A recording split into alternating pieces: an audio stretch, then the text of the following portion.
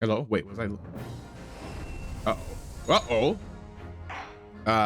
Well, anyways, good morning, good afternoon, good evening. We are back to play more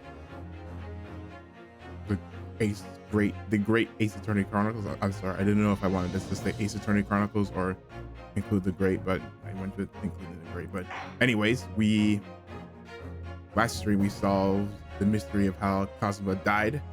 It ultimately came out to be an accident. A series of mishaps, so to say, unfortunately. Let's continue from where we left off. So basically, we were given a chance, since we're not technically a lawyer, we were given a chance by it's not Major Justice or Superior Justice of London for if we can successfully defend our next client in court, he will give us a special license to be a lawyer in London. So, but no need to do. We just gotta go to the Old Bailey, Lord Chief Justice, not Major or whatever I said. Constables. 18th of February. Whoa, almost. Oh, it's almost that time in real life. Just a few hundred years off. Well, like 200 years off, I would assume. Oh, thank goodness we're in time. There's still 15 minutes until the trial begins. I never knew a horse-drawn carriage could go so fast. I thought my teeth were going to rattle loose. Yeah, they have like 2 horsepower. Did you hear about what I said to the driver when we climbed aboard? I keep wanting to say abroad for some reason. Get us to our destination in 5 minutes, driver, and there's a guinea in it for you. It's one of my favorite lines from the Sherlock Holmes stories, and it worked quite perfectly. I'm not sure why you're so pleased. I thought we were going to die, and we had to pay gold for the privilege. Well, at least we arrived here before the trial started. Yes, I suppose there's that. But anyway, I don't understand it. The court clerk said the defendant should be here, but there's no sign of him at all.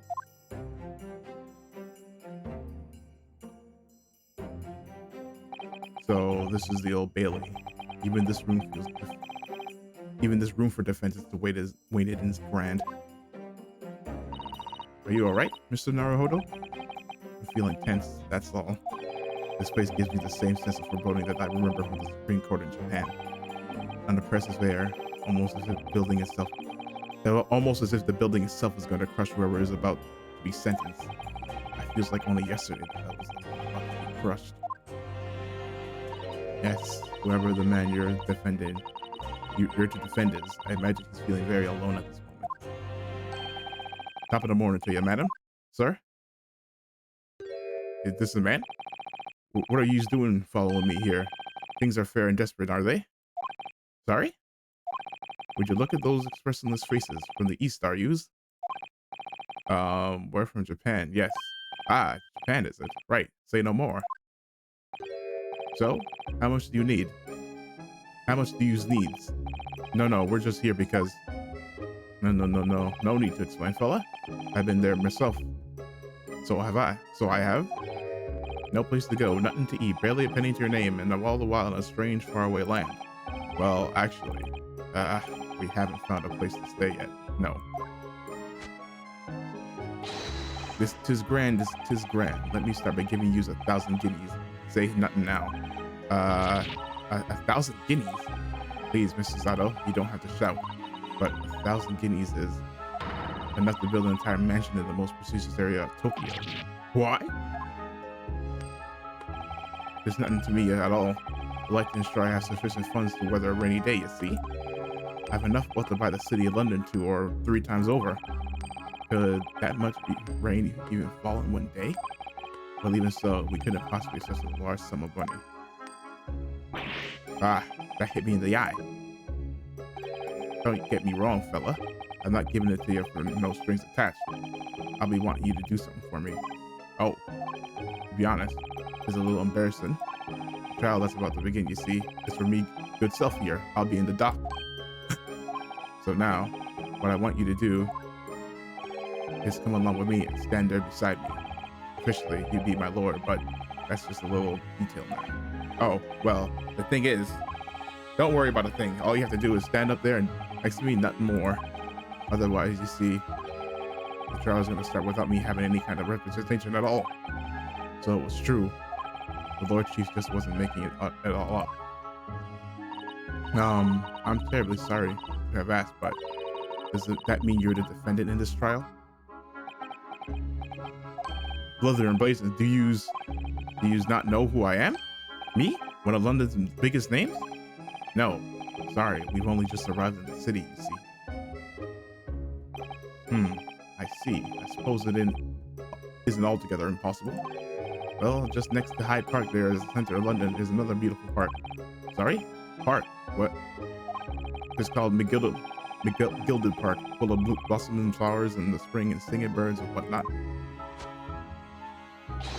I donated it to the city, so I did. Ah, an entire park in central London. Cities of smiles, that's my vision for London. There's nothing Magnus McGilded gonna do for the city and its queer old people. That's amazing. This guy's definitely a cheat, by the way. 100%. I mean, really extraordinary. But now they've galled to say I'm good for nothing criminal. Me, Magnus McGilded. Mac or Mick? It's either Mac or Mick. What's the matter with the London police, I ask ya? All right, I don't pass out. Mr. Naruhodo. Perhaps now would be a good time to introduce ourselves while the gentleman catches his breath. Good idea.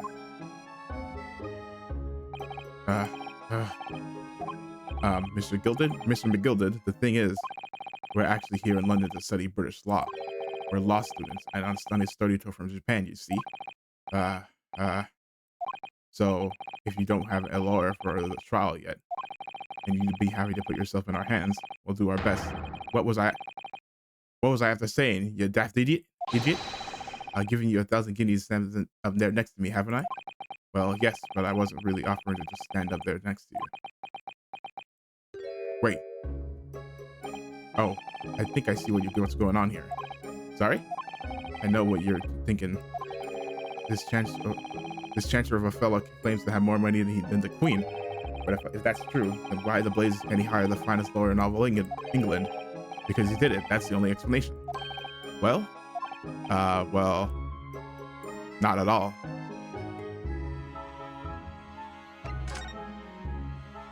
Not at all. Although it is a little strange, to be honest. Why you don't have a lawyer? I mean, that would be the fault of the Reaper. Reaper? Sorry? Did he just say Reaper? Aye, the Grim Reaper of the Bailey, Lord Baroque van Zieks. He's the prosecutor. Prosecutor? Is the Grim Reaper? When van Zieks stands for the prosecution, they call his accused his sacrificial lambs. And to this day, in every single trial in which he's been the prosecutor, he's never lost. The accused has been damned. What? So it's reached the desperate situation where there's no one willing to stand in defense against the fella at all. You could say he's a living legend of the Old Bailey. Goodness. Lord Baroque van Zieks. Baron van Zieks. He must be an exceptionally talented prosecutor then. Talented isn't the word you're looking for, madam. It's cursed. Cursed? What on earth? Defendant is summoned and his counsel. Please make your way into the courtroom. The trial is about to begin. His counsel, that would be me.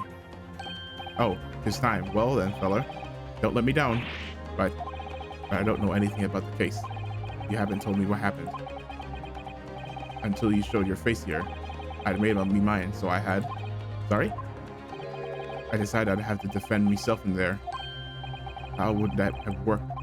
But then you made an appearance. And student of law, wouldn't you know? There's no accident, I can assure you of that. It's fate. So don't get cold feet now, please. I'm begging yous. I'm begging yous. I literally know nothing about the case or about this man who stands accused. Well, all we need to see is the evidence. In fact, The only thing I do know, oh, is that I can't just turn my back on him. Why is the game glitching out? This must have been there in the 3DS version too. Mr. Naruhodo, the man has no one. He'll have to stand alone in that courtroom, armed with nothing to defend himself. Yes, the thing that Cosmo would never have allowed to happen. Counsel for defense, what are you doing? If you're late for the start of the trial, you will lose your right to stand. Let's go. I'll be right there. Gotta go. Simple as. It's happening now. My first trial in a British court. I hope you're watching over me, Kazuma, because I have no idea how I'm going to manage this.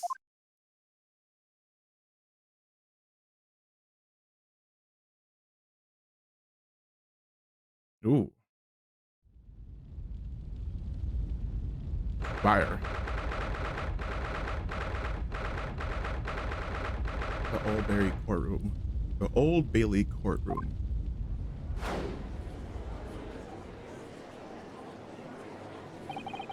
So this is the highest court in Great Britain.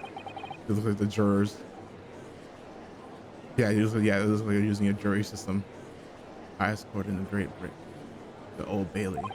The centuries of history in this place is palpable, isn't it? It's so different to the Supreme Court in Japan. It feels both imposing and serene at the same time. The atmosphere almost makes words redundant. Whatever the court country, determining a person's guilt or innocence is always a solemn affair. May I say something, Mr. Naruhodo? He's freaking out. Oh, yes. What? Your eyes look ready to pop out of your head again. I know, but I just can't help it. Oh, is that a vampire? I mean, we are in London, so I guess it kind of fits. In the name of Her Majesty the Queen, I hereby declare this court to be in session.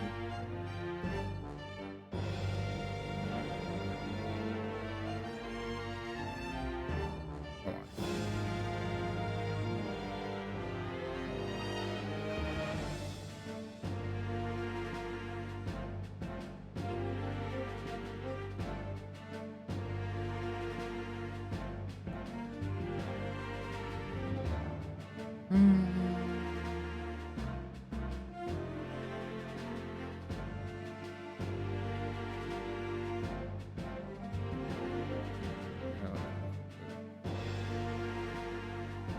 Sorry. We are here today to determine the guilt or innocence of Mr. Magnus McGilded. Now I now call upon the counsel for prosecution and the defense to declare their willingness to proceed. Prosecution is fully prepared. He literally is a vampire. That must be the Reaper of the Bailey. He really does look fully prepared to dispatch his next poor victim to the underworld. Counsel for the defense. You appear to be Eastern. Do you speak English? Huh? Oh, yes, of course. Sorry. But he asked if his defense was be further from ready if I tried. Those eyes please me. Nipponese. They shroud your fear, your doubt, your trepidation. They run wild, clinging to some phantom notion of courage. The quintessential look of a sacrificial lamb. A cold shiver just ran down my spine, all the way to the tips of my toes. Now, Mr. McGilded. Yes, my lord? You stand accused of murder, a capital offense. You could be sent to the gallows if found guilty. Are you quite sure you wish to entrust your defense to this foreigner? As I've always said, my lord, it is a grand thing to give opportunity to the young. Even if this fellow is a student from some little island off in the Far East, it is not the British way to ignore the danger of yourself and give those less fortunate. Is it not the British way to ignore the dangers to yourself and give those less fortunate a fair chance? I'd like to think that acts of chivalry do the great British Empire proud. Listen to Mr. McGilded. What a fine gentleman London has in him. Did you hear that he donated £5,000 to the government the other day? Mother, please, may we go and play in the Gilded Park? It seems as though everyone in the public gallery is firmly behind Mr. Gilded. That's definitely welcome news, and he certainly has his way with words. I'm surprised he couldn't convince anyone to defend him. It's because of the circumstances of the eloquently put, Mr. Begilded, and the most laudable sentiments. Now, ladies and gentlemen of the jury, I'm sure I need hardly remind you that you 6 members of the public have been selected for your impartiality. Are you ready to proceed? Yes, my lord. If the task is to send rotters to the gallows where they belong, I'm more than ready. At the manor, his lordship always says we should dispose of rubbish promptly. Naturally, I agree. Ha! Any criminals here will soon be wishing they never set eyes on me.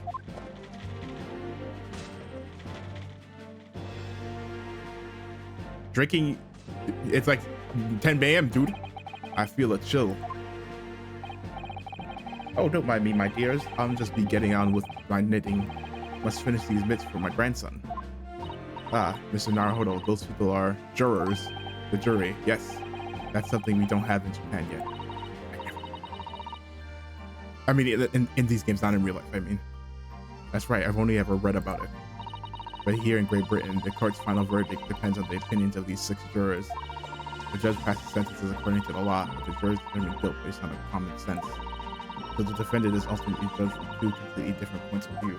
But how exactly do the jurors give their verdict? They vote. That I don't know, but I'm sure it will become clear as the trial progresses. Yes.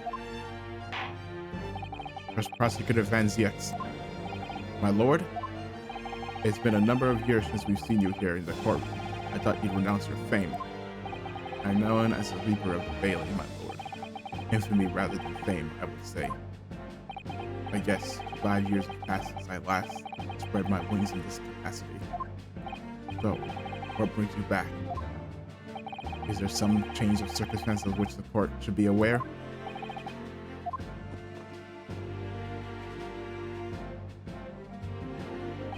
I leave that to your imagination, my lord. So the Reaper has been out of action for 5 years? Why did he have to choose today of all days to make a comeback? Don't lose heart, Mr. Naruhodo. As you wish, sir. The court nevertheless welcomes your return. Now then, opening statements, I think, as a summary of the case, if you please. Certainly, my lord. As your lordship is aware, this is a case of overwhelming simplicity. We must be the only ones in here who aren't aware. The incident took place in the late evening. 3 days had passed. The hour was some minutes after 10. The victim was a maker of building bricks known in the community as thrice-fired mason. Sorry, thrice?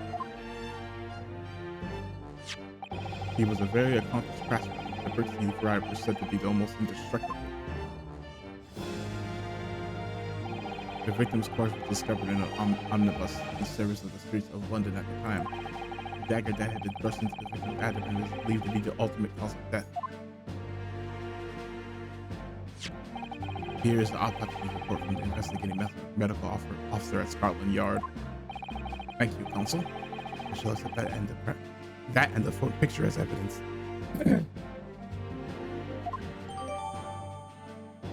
In the courtroom. Crime scene. And then one further item of evidence. The prosecutor wishes to submit these as well. And these are... Lord! Is that blood, counsel? Yes, my lord. Seized by a policeman who arrived at the scene. These gore-soaked gloves were taken from the hands of the accused when he was arrested. What? Mr. Begilded's gloves had blood on them?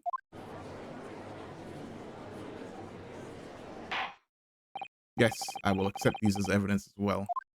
Defendant's leather gloves have been entered into the court record. How did I get into this? I'm back into the corner before I've even started.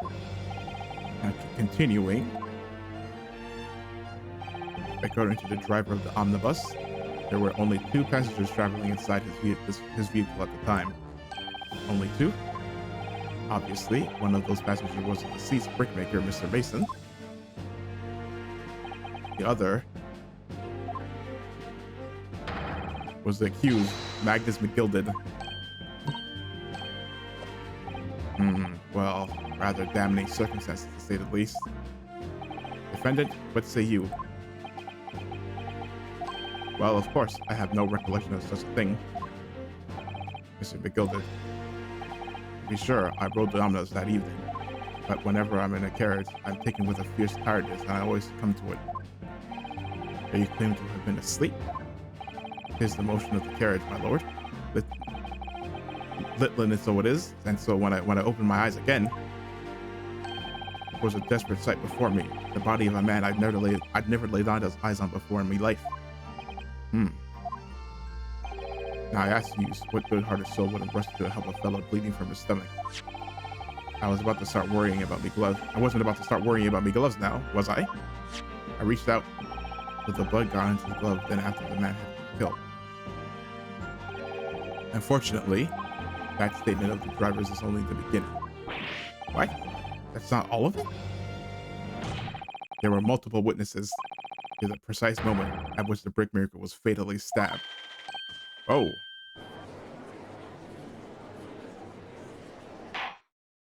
Order! Order! Order! When the killing took place, only the victim and the accused were in the carriage, and there were witnesses to the crime. This is not just a case of compelling evidence. It is the nail in the coffin for the accused. I wanted to say accursed. Thank you, counsel. Circumstances of the crime have been made quite clear.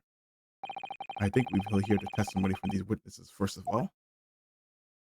Your wish is my command. Bailiff, bring the witnesses in at once. Cold. Gentlemen, while they look similar. Witnesses, your names and occupations. My name is, well, everyone calls me Beppo. I drive an omnibus in the East End. Bruce Fairplay. I'm a banker in the city. My name is First. Lady First. I make hats for gents. Let's begin by confirming the facts. 3 days ago, at a short time after 10 o'clock in the evening, all of you present at the stand were in an omnibus and witnessed to the aforementioned incident. Is that correct? Yes, sir. Quite right. Yes, sir. That's right, sir. Very well, then. Let's proceed to your formal testimonies, please. Each of you will tell the court precisely what you saw.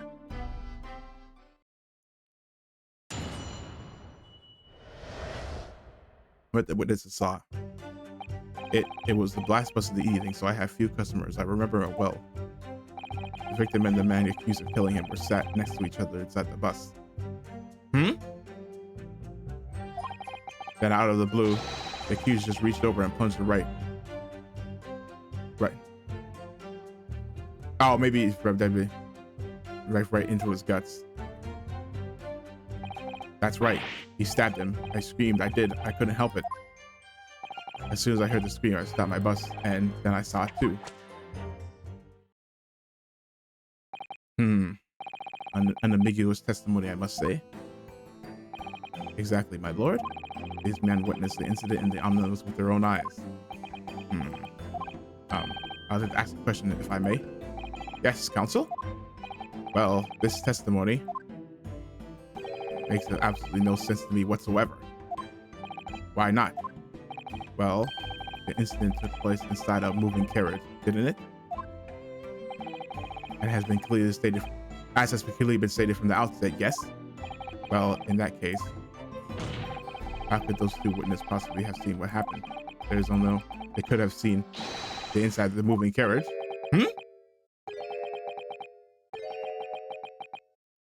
Uh-oh. How quaint. I'd read that the civilization in the East Island Nation was a good century behind our own, but you're here in London yourself. Are you really so ignorant about our omnibuses? Huh?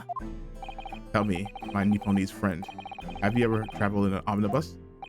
Uh, well, no. Yeah, only arrived in London this morning. No matter. I've arranged for us to all to see for ourselves the actual scene of the crime. That is? What do you mean? The actual scene? How? The carriage is assigned to be moved after all?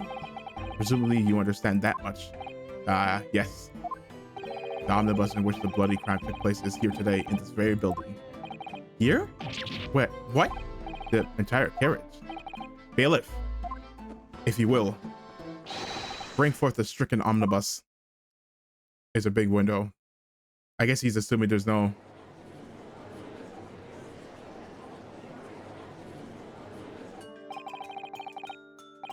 So that's an omnibus. The omnibus. I can't believe they could bring in something so enormous in here. Great Britain's country courtrooms are amazing. As you can see, the omnibus is pulled by 2 horses and can carry up to 8 passengers. 4 passengers seated inside this enclosed cabin, and another 4 on the rooftop of the deck on the rooftop deck above. Every Londoner knows that the best views of the city's architecture site are to be had from the top of an omnibus. And I should point out to our foreign guests, there's windows that there's a skylight in the roof, allowing for a view of the interior from the seat above. Ah, skylight. Oh, yes, the penny drops at the last. I see. These 2 gentlemen were occupying the rooftop seats on the omnibus when the murder took place. That is how they came to witness the grim incident. Through the skylight. Ah, that makes perfect sense. Well, counsel, this is a first. In all my years behind the bench, I never experienced the crime scene itself being brought into the courtroom. There are a number of important clues remaining inside the carriage, my lord. I would like to submit the omnibus itself as evidence. That is the prosecution's wish.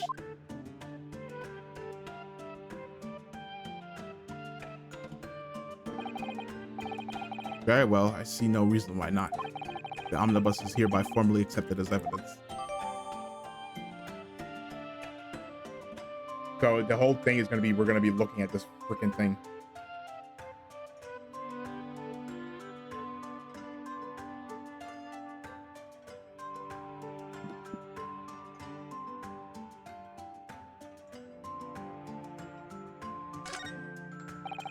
Can't believe it. The entire crime scene entered as evidence? Yes, Great Britain is simply extraordinary. I could help myself a lot by giving the omnibus a thorough examination, seeing as it's here. Let us continue with proceedings then. The cross-examination counsel? Pray don't expect this Nipponese stray to understand the intricacies of British cross-examination. Intricacies of the British court's cross-examination rights.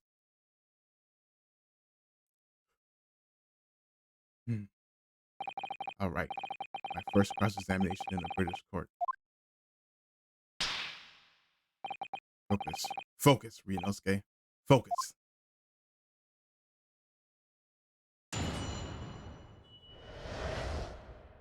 Hold on, before I do anything, let's check out this omnibus. So they say they saw it through the top.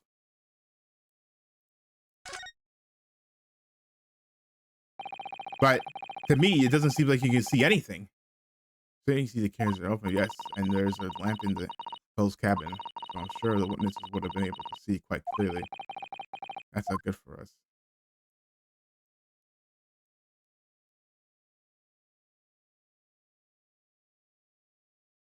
Omnibus. Oh, Phoenix Wright omnibus. Dude, yeah, dude. Phoenix Wright omnibus, yeah.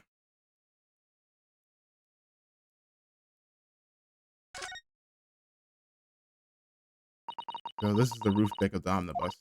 Oh, you must have a wonderful view of London Street from up here. So people sit all the way up here on a bitter winter night with the cold air rushing past them? And they had to pay money to do so? Urgh. I can't imagine how cold it must feel. That just made me think of something horrible. Can you imagine being dragged around the city in the freezing cold as a punishment? Perhaps that is the real price you pay to stay out late.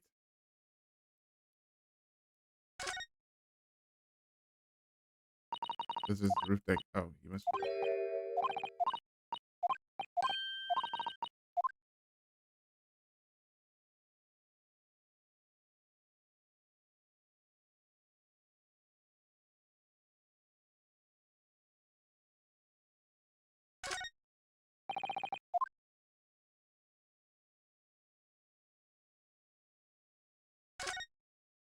There you go. Well, let's open the door and go inside. Scene of a murder is horrible.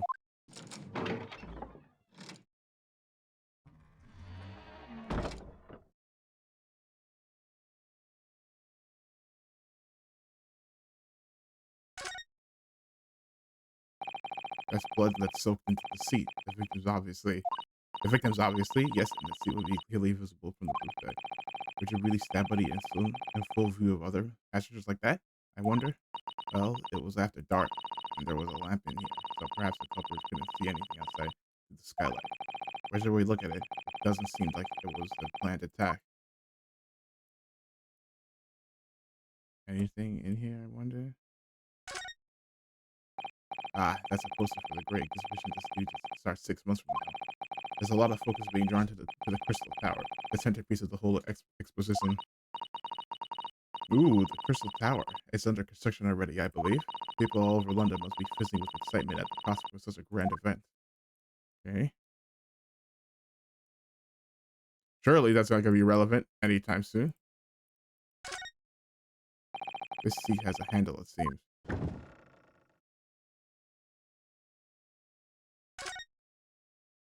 This looks like all sorts of equipment that might be needed to keep omnibus running. Feeding tubs, tools, and to repair wheels, blankets, horse sourcing tools. So it's a storage compartment for the coachman to keep his things, it seems. There doesn't seem to be any space for passengers to stow their luggage, that's for sure. Well, I don't imagine it'll be very convenient for that purpose anyway. Okay, what about the other side? Other side has no. Other side does not have one.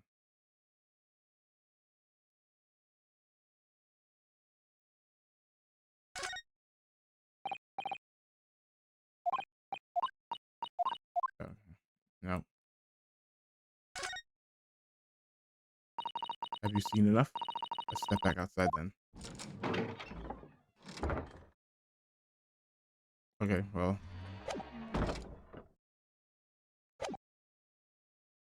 Wait, I actually didn't check over everything. The Umbra inherited from Cosmo. It identifies the word as a defense lord throughout the Empire of Japan.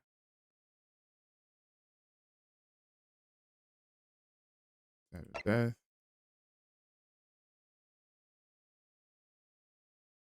Uh,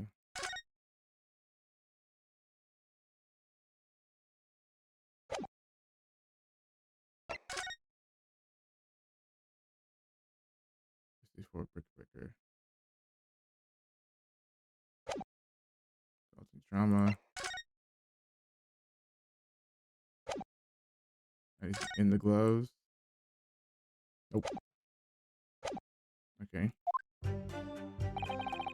It was the last bus of the evening, so I had few customers. I remember it well. The victim and the man accused of killing him were sat next to each other on the omnibus.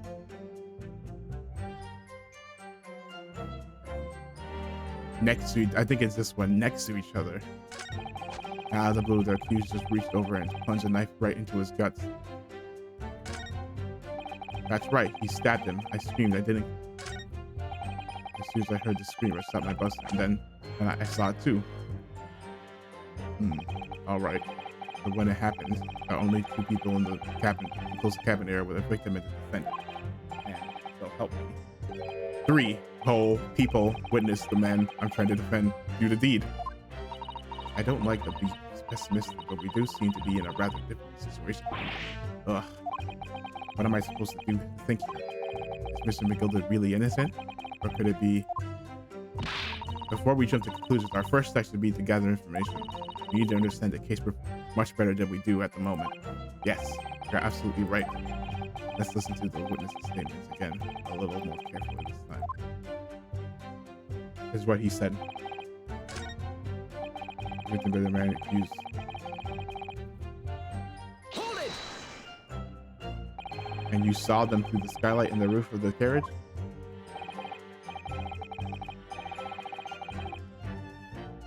That's right. When you stood on the top, the one was right there at your feet. There was a lamp on the inside, so I had a pretty good view.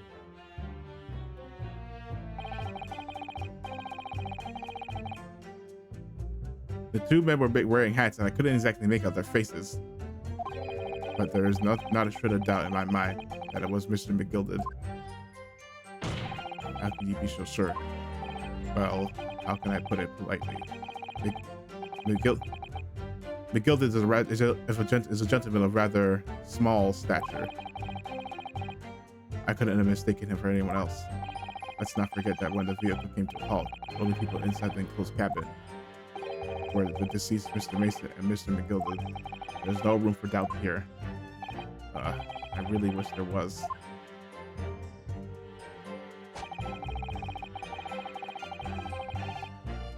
Reached over and pressed this too. You actually saw the exact moment it happened? Didn't I already testify to that? Or our fair dinkum hard working city beggar is not considered trustworthy of these days. Oh, no. I didn't mean that. This is no good. I really got his back up.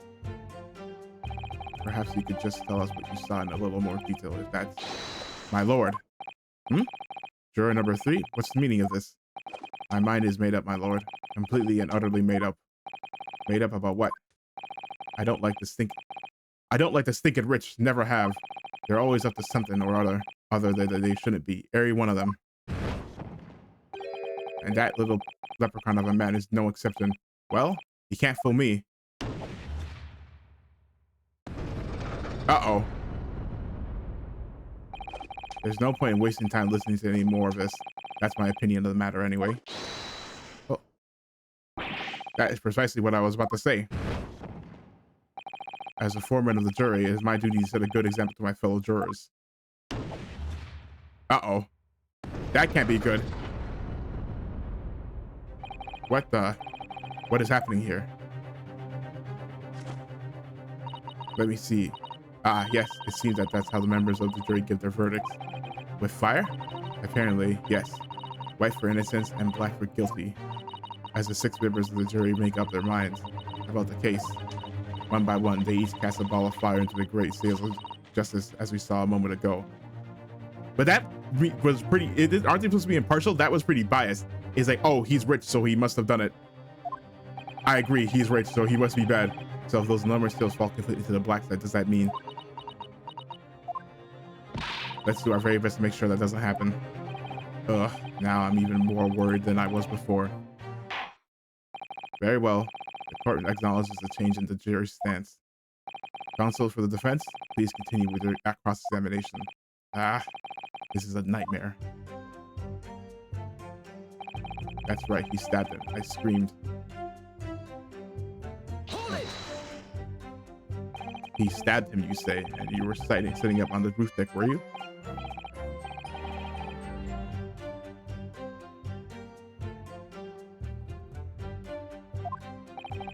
I remember seeing the little gent sitting next to the fellow that was stabbed. I've been thinking about the new hat design, you see, so I was just gazing absentmindedly around it. But then I had to look down through the skylight.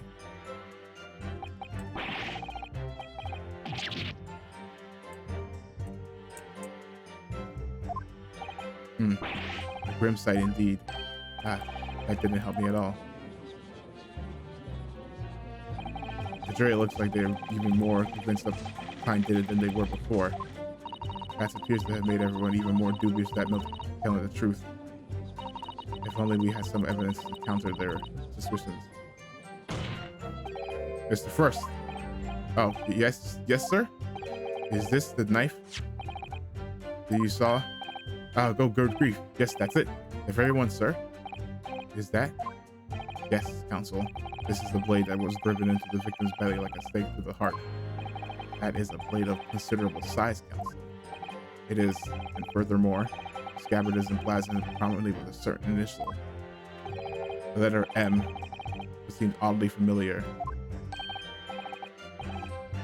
Please no. M for Magnus, perhaps, or McGilded, possibly? Take your pick. It seems this particular big name in London made a magnificent mistake. Objection. But there are M's everywhere, like Mason. Objection. This blade is far too extravagant for a poor brick maker to have owned. No, this weapon of murder almost certainly belongs to the accused. No, it's not conclusive, but certainly compelling, Counsel. The murder weapon has been, yeah. My lord, if you'll forgive me the interruption, juror number 2. Go on now. Mr. McGill is a pillar of society and a gentleman, and a gentleman's word should be sacrosanct. However, those of us in service know we must accept hard truth. Wait, what are you about to dispose of the rubbish?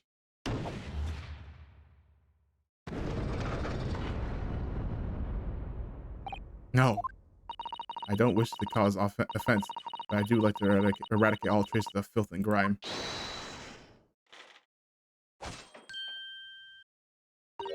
I have painstakingly typed every word uttered here today, and I cross-reference all the facts. As such, I am now in position to draw the only logical conclusion. Uh-oh, not looking good. Shh, brother, not again. That's 4 out of 6 jury members who proposed the guilty verdict. There are only 2 left. We've had it. Every time I press witnesses for more information, I just make the situation worse.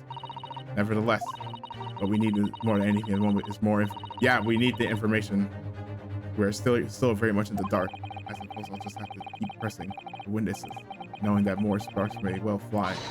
We must give a hope that we'll uncover something that will give us a way to fight back. But all right, I'll keep trying. I can't give up. If I just need to keep calm and listen to the witness statements again.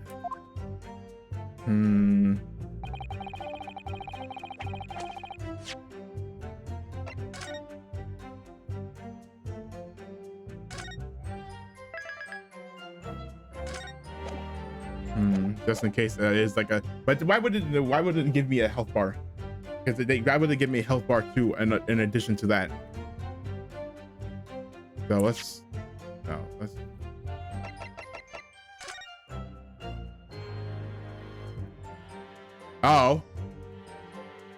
Oh, M. No, it could be. You assume with M, but it's most likely a W actually. That looks more like a W to me than an M. No, it's not an M. That's a W. And it's beautifully gilded too. It must be very valuable. I should think. What is it? Look at this M. It looks more like a W. You turn it upside down, it becomes a W. This could change everything. W. Yes, this is one of those, turnabout cases. I'm sure of it. I'm afraid I don't know at all, but what I am sure of is that this is an M. No, well, the idea that was completely quashed. No, he's right. That is definitely a W. It's not an M. That's a W for sure.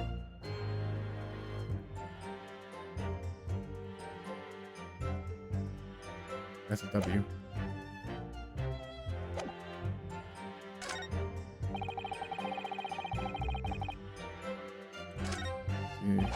Out of the blue, he reached over right into his gut. Keep him dramatic. No.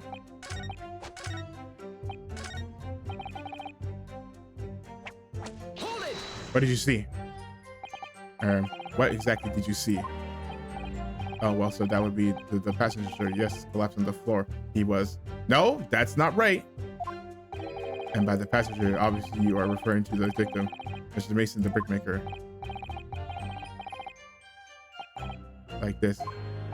By the other passenger, obviously you're referring to accused Mr. Magnus gilded, and then he puts it down like this. Thus stabbing the other passenger in the belly. Is that what it said? Wounded it would. Yeah, in the belly is right, but he's not on the floor. What? Order. It is hard to believe one of the London's greatest philanthropists, but this is damning indeed. The law knows no philanthropist, my lord. Only the innocent and the guilty. Good deeds mean nothing when overshadowed by the evil. The truth is everything. Couldn't agree more, sir. The truth. All right. So what happened?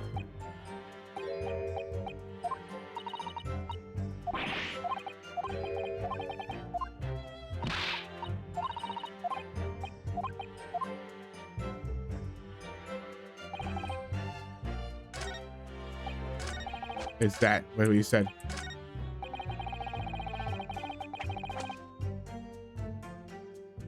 Can I do? Hold it!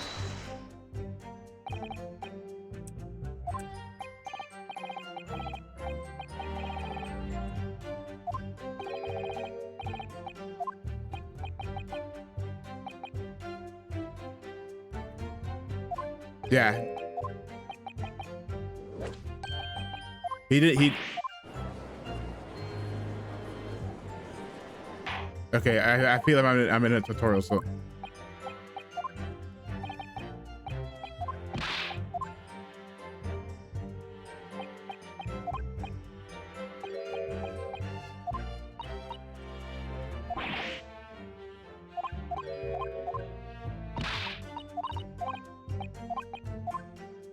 okay, let's go to the let's press the first one.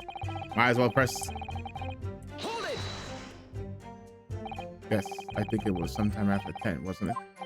Oh yes, sir. That's right, sir. Yes, ever so cold it was, freezing in fact. And you had 4 passengers on board at the time. Is that correct? Yes, that's right, sir. Not all traveling in the same parts of the bus, of course. No. And there were no other passengers when the incident took place. No one had lighted, for example.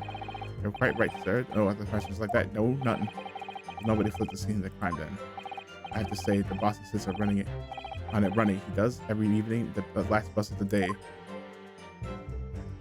But I do wonder sometimes if it's altogether worthwhile. Yes, sorry to say. What do you mean by that? Well, what with it being so cold and everything, and only making 20 pence on the run, you see? Yes, I spend that much at the pub on the way home, just trying to warm up again. I just can't believe it, sir. Can't believe it. Murder on my own bus is too awful to think about. I haven't even been able to shake this cold ever since it happened. My lord, I wish to speak. Yes, juror number 5, do you think that you too, as the master of the London Guild of Coachmen, the idea of a murder being committed in one of the carriages is utterly abhorrent to me. It wouldn't be right to make a decision before hearing all the facts, though, I said to myself. Great. But I've heard enough now. The horse has bolted, as they say. No, please, just keep an open mind a little. Gee up now, Silver Blaze. The finish is in sight.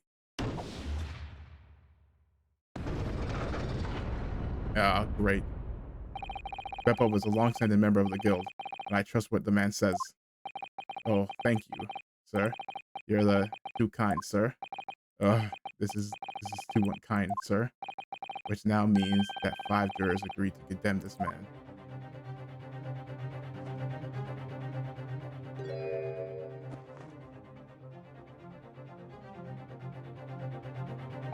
Madam Juror number 6. Yes, dear? What can I do for you? You have heard the testimonies of the witnesses in the stand. Oh yes, I certainly have. Still got my heart hearing, you know? Then, pray tell, why are you yet to pronounce your leading? Well, dear, the thing is, I'm a creature of habit, me. I always go to the park at around this time of day and sit on a nice bench and get on with my night knitting. There's a lovely little park just near where I live. The Gilded Park, it's called. Gentlemen donated it to the city, you know? To put a smile on Londoners' faces, he said. I can't imagine such a fine young gentleman would have it in it to take another man's life. He is always doing wonderful things for the city. That's right. A man like that wouldn't stab someone, surely. Mother, may we go to the How many Londoners live with their heads in the clouds? Do you people not know what kind of man Magnus McGilded really is? What kind of man is he? The philanthropist Magnus McGilded has enough wealth to purchase the entire city he claims to value so highly. But where did all that wealth come from? Your client is a Shylock, sir. Anyone and one with the very darkest of souls. What? Stone the crows. McGilded lends money at extortionate rates of interest.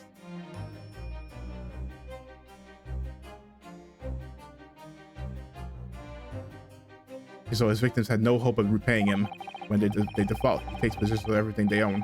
He is a vulture that preys on the weak. I've never heard any mention of that before. Your faculties haven't deserted you, I'm sure, madam. So, has this thought not crossed your mind? Would a man wealthy enough to buy London in its entirety not have a carriage of his own? What possible reason could this man have had to make use of a public omnibus service? You're not saying that the victim, a poor brickmaker, had next to nothing to his name, save considerable finance liability. It will come as no surprise that his creditor was the accused, Magnus McGilded. But let it also be known that the very day Mr. Mason was killed was the final repayment day for his debt. That's new information. Good gracious!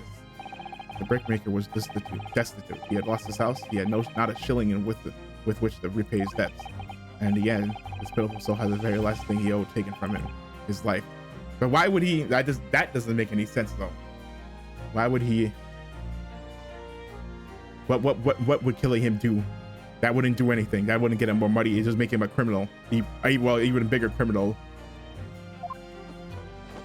It makes no sense to do that by the merciless philanthropist pretender, Magnus McGilded. I don't believe it. If I might add something briefly, Miss Susato? You claim that the victim had been lent money by Mr. McGilded.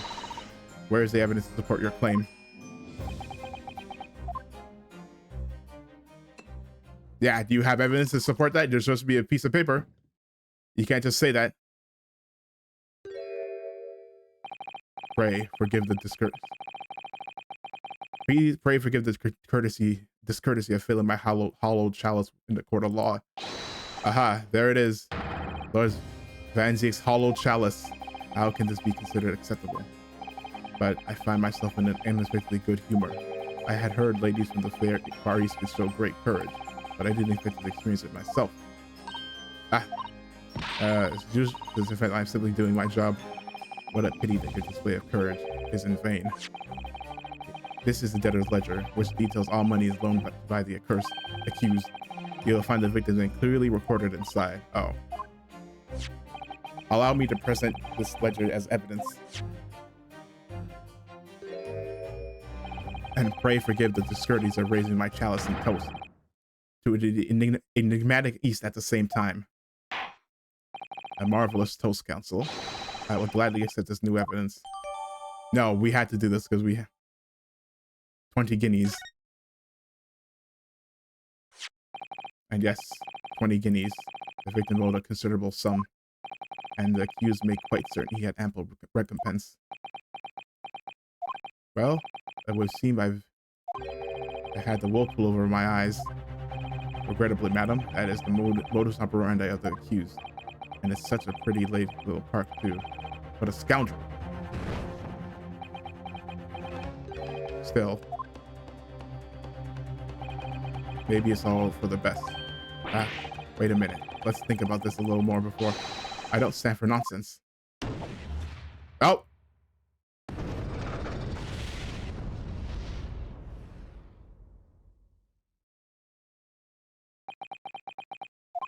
That was it. The last juror's decision.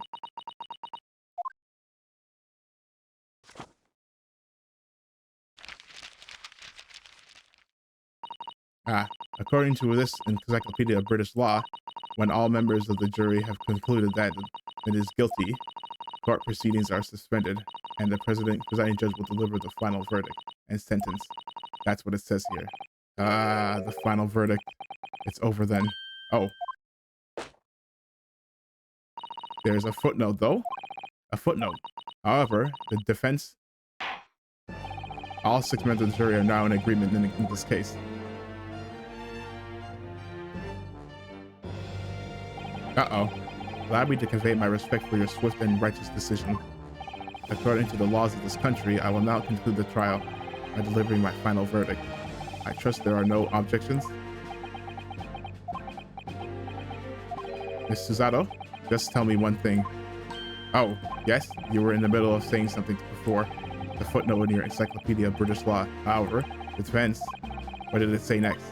Oh, yeah, of course. One moment. When all members of the jury have concluded that the defendant is guilty, court proceedings are suspended and the presiding judge will deliver the final verdict and sentence.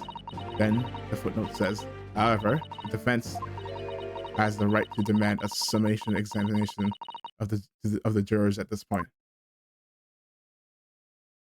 Well, we got another summation examination. Objection. A summation examination. From which century has that tome you have been there been resurrected? Ah, judging from the bindings, it would say that book is at least 50 years old. Any modern text on British law wouldn't even give the antiquated procedure a mention.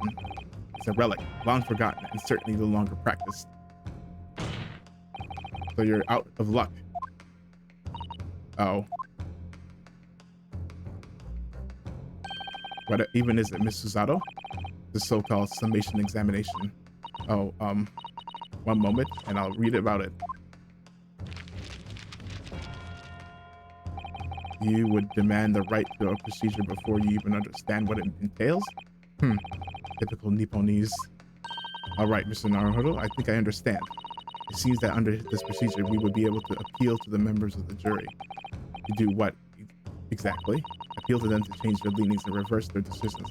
And it says here that if successful, the proceedings of the trial must be resumed. Make them reverse their decisions? Yes, in times gone by, barristers will use a summation examination to attempt to influence the jury's decision. But that procedure became something of a formality with no practical benefit, really. So it rather fell out of use. I wonder why.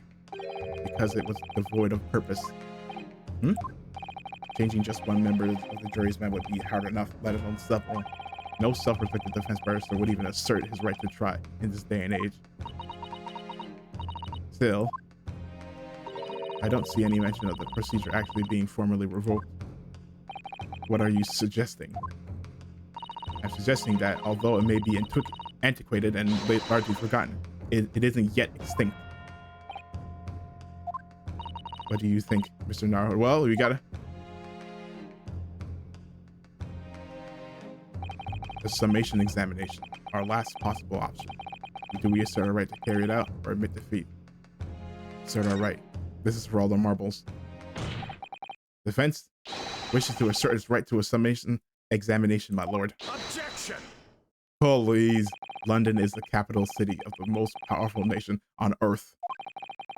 Currently, we have a duty to the world to exemplify the very high standards of judicial procedure. Summation examinations are an embarrassment that should remain buried. Objection. But if it's our right, then it's our right. I believe it could prove vital in this trial. The defense petition is perfectly valid. The court will proceed with the summation examination. This is madness. Foreman, are you and the remainder of the jury ready? Well,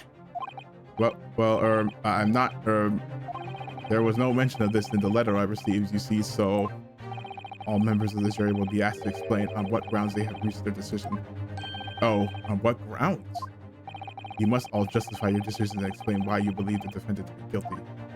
Well, my lord, you're rather putting us on the spot. Uh-oh. This is most irregular. No mention of this was made before. Almost like most of them were kind of, I don't really hold with all this justifying lark. It looks like that seemed to have jurors off It seems none of them had experienced this before. All right, then. Examination of a defense procedure no practicing lawyer has attempted it for years, is it? Well, just maybe. It might be the opportunity that we've been looking for to turn this trial around. This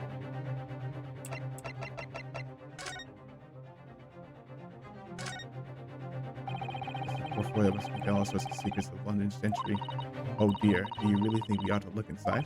Well, it's not as though we know any of London's gentry personally, is it? Apart from our great detective friend, perhaps. Actually, I wonder.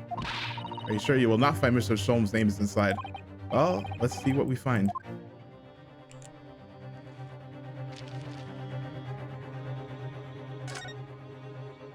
Gosh, it's crammed full of gentlemen's names, isn't it? Well, I suppose they're probably not all gentlemen at all, are they? After all, not everyone in this country is well off. Ah, goodness. What is it? Look at this. Do you see the name here? Bruce Fair. Oh, people on the Bruce Fairplay. Does that mean something to me? It does sound strangely familiar. Actually, Bruce Fairplay, the witness testifying at this very moment. Oh, yes, of course. The banker. Why is his name in here? Ah, he borrowed 20 guineas, did he? And look, the repayment date is fast approaching. It's possible that this is just a coincidence, of course, but this could be very useful information. No, so he is. So that would show that he's biased.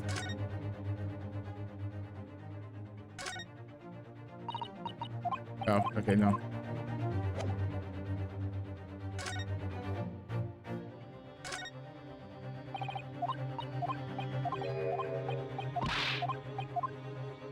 Hold on, we saw it there one time, so let's check.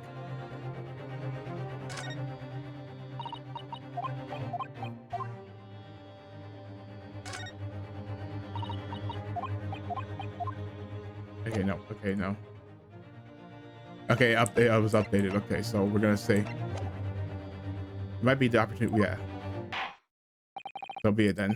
Ladies and gentlemen of the jury, the court hereby calls upon you to state the grounds on which you find the defendant, Magnus McGilded, guilty of this most serious crime.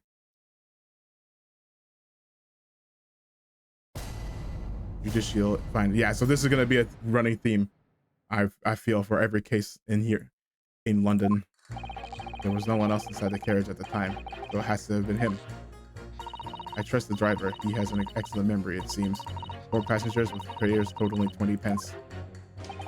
He stuck the chap next to him, just like this. Brazen, I must say. Absolutely brazen. I have simply typed and collated all the statements made thus far and draw the logical conclusion. You can trust the guild.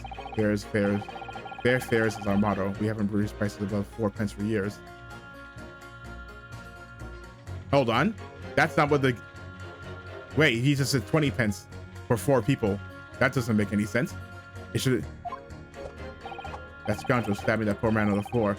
That's also wrong too. It's beggar's belief. Yeah, I can see there's holes. I'm starting to wish I hadn't pushed for this now. Some of the jurors don't seem to have wonderfully formed arguments though, do they? Well, let's see what they can do. We need to get these 6 people to change their minds. I have to throw everything I can at them. Use some very persuasive language. Just a moment, Mr. Naruhodo. According to my book, that's not quite how it works. Oh? I thought I was going to have to thaw out their icy minds with some heartwarming rhetoric about the defendant. Unfortunately, once the jurors have decided the defendant is guilty, they're unlikely to heed anything the defense says. But then, they reach their conclusions by their own reasoning, you see. Your pleas will sound like excuses. In fact, it could recoil on you. The more you try to persuade them, the more entrenched they may become. And then what on earth am I supposed to do? Oh dear, I'm just citing what I've read about British law, Mr. Naruhodo. Right, I'm sorry. Do you have any idea how to make this work then? Counter evidence, from what I can understand. So we can't just say things. The key is using the jurors' own words to make your arguments. What do you mean? Well, the 6 members of the jury are randomly selected members of the public.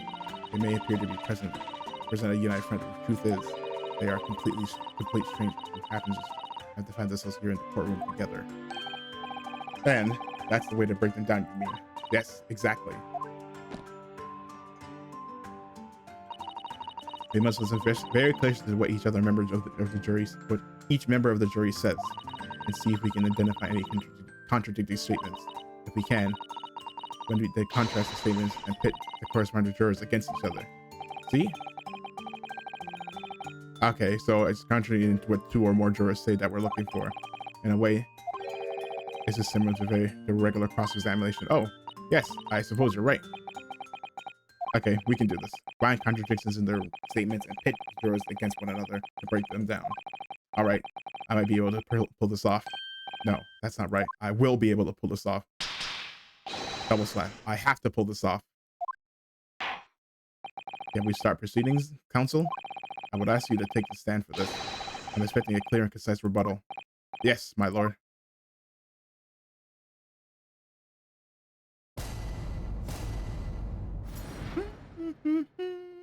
The defense's rebuttal.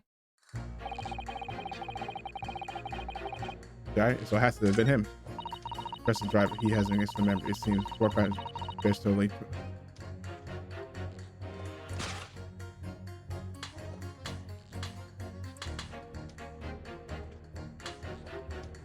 Objection. The 2 statements clearly contradict each other. They do? Explain yourself, counsel. Me? Oh dear, what have I said? I swear on Civil Base's name, Mayor. Name and name, I haven't the first idea what you're talking about.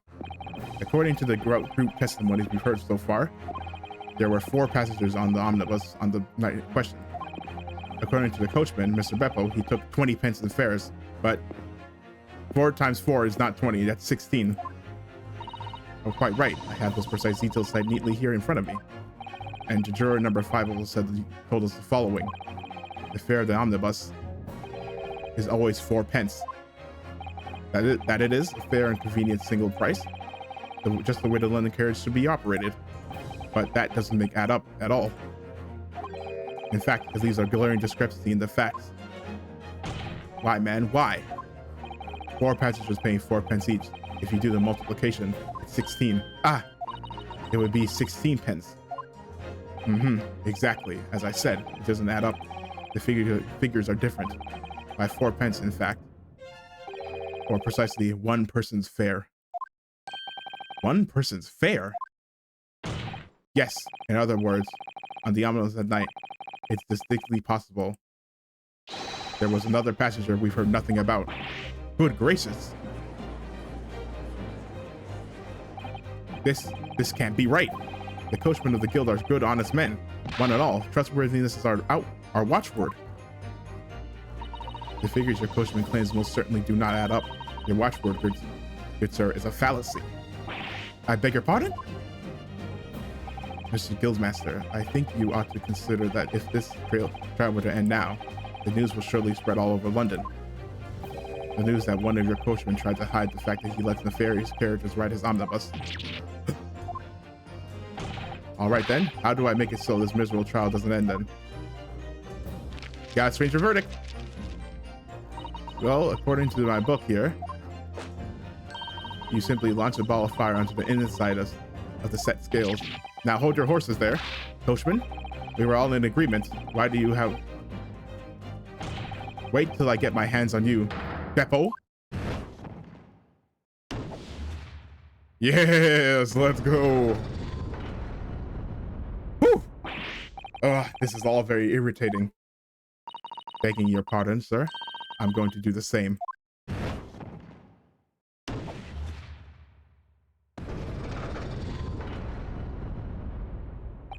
For the love of Mike, not you as well. Penny can be the difference between a smile and a tear after all. Tear? I don't know. I think I smile and tear since he said with expressions. I certainly can't put my trust in someone who doesn't follow my exacting standards in financial matters. Oh, really? I, for one, think it's only proper that we hear from the witnesses again. Oh, well done, Mr. Naruhodo. You did it. If we can manage to change 2 more jurors' minds, we can force the trial to continue. 2 more, actually. There is something else that's bothering me about a couple of their assertions. And that's what you must strike, where you must strike next. I need to pit 2 more jurors against each other until there's another contradiction in their assertions. Exactly. You can do it?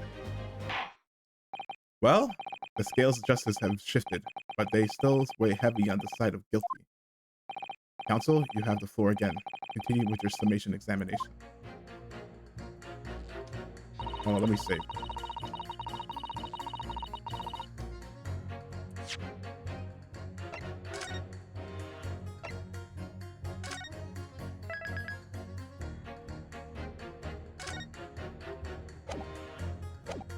Easy, I read it. It's you.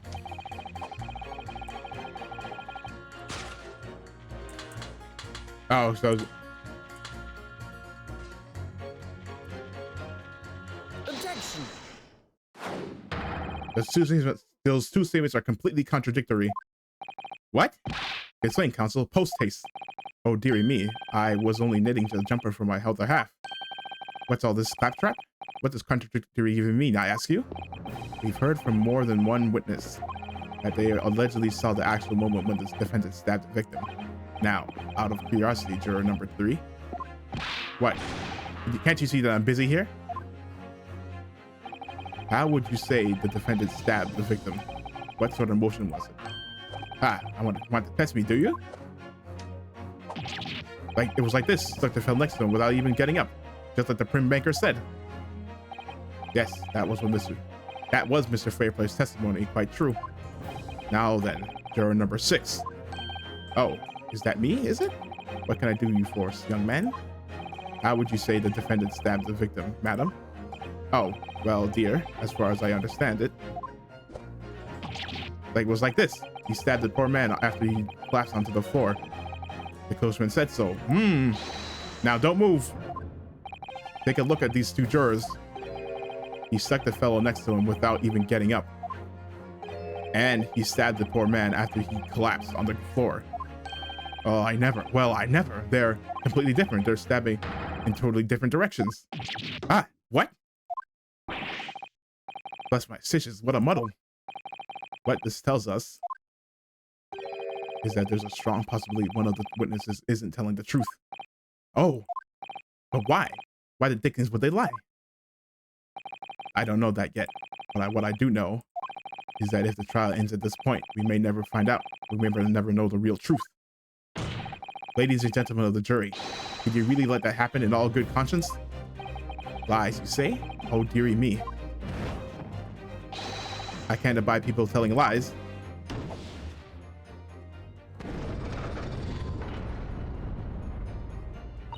The scales. I don't believe it. We tip the scales in our favor. Hold it. Wait. Now hear this, my fellow jurors. I warn you, you cannot listen to this man. Look at him in his black suit. He's hit you some devious Eastern sorcerer using magic on all of us. If I could use magic, do you really think I'd be putting myself through all this? Answer me this, dark jinx. Huh? Me? What exactly is the problem? What of it that the 2 witnesses have slightly different recollections of the events? What of it? Let's say the Shylock did stab the victim and he was that next to him in an omnibus, and his young daddy saw him do it. And now let's say the victim collapsed on the floor, and then the Shylock stabbed him again. This old lady saw him do it. Well, what's to say it didn't happen like that, Who are you calling a dandy, sir? Why, I should take this knife to you. Holy, he said he's gonna cut him. Who are you calling old? Why, I should take this needle to you. They're ready to kill each other now. But could the foreman of the jury be right? Did the 2 witnesses see 2 different moments of the same crime? It's out of the question. No, impossible from the photo. No. Unfortunately, Mr. Foreman. What is it, you dark thing? Come on now. Come on, out with it. What you're suggesting is impossible. It's out of the question. Huh?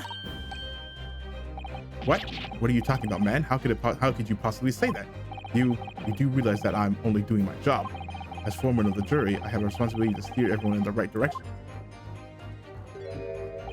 So where is your evidence, man? That's what we want to see. I say that the 2 witnesses saw 2 different moments of the same crime. If you say that's out of the question, show me proof. It looks like the only way I'm going to convince him is to present him with something he can't dismiss. Some irrefutable hard evidence. As you wish. What? I'll give you the proof. It's out of the question that the two witnesses saw two different motives of the same crime, as proven by crime scene photo. Take that! It's a clear piece of evidence. Well, Mr. Foreman, do you know what they say about me, young man? They say I've got no powers of persuasion. Oh, I see. I'm sorry to hear that.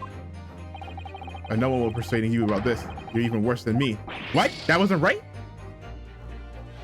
Two different tournaments. Oh, was that not? Wait, was it not the?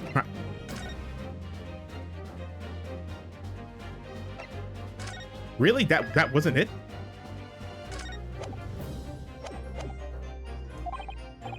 You have evidence that clearly contradicts that possibility. Oh, it's going to be the thing. He was only stabbed once. Yeah. Okay. Sorry. If you allow me this another chance. Yeah, it's this. It's the okay. Sorry, I thought the picture would be enough, but I guess I was wrong. Jeez, man. This is the victim's autopsy report. According to what's written here, Mr. Mason was stabbed in the abdomen a single time, only once. Huh? Only once?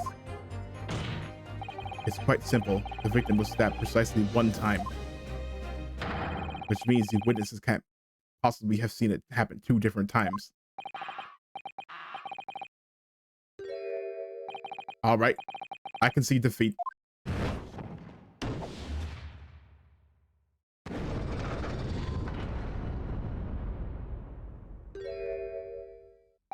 Wait, that means it worked. The four jurors are now leaning not guilty. Well, we've done it, Mr. Naruhodo. We've won. I don't believe it. What are you playing at, you dandy fool? Set your trap, sir. No one deceives me. Well, we had a consensus. I said, shut your trap. I know a liar when I see one, and if the chap ever dares to cross the threshold of my shop, I'll take this razor sharp blade and shave every last hair off his head. Please tell me he's a barber. Well, in a quite remarkable turn of events, the defense summation examination has flipped the balance scales of justice. The jurors now stand at 2 for guilty and 4 for not guilty. Accordingly, there is no longer a large enough majority among the jury for me to adjudicate, and the trial must continue. I hereby ask the defense, prosecution, and witnesses to return to their places, and I call upon you to continue to pursue the truth.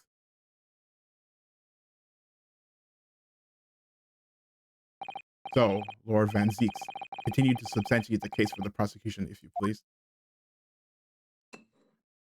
You want to share, bro? Kind of thirsty.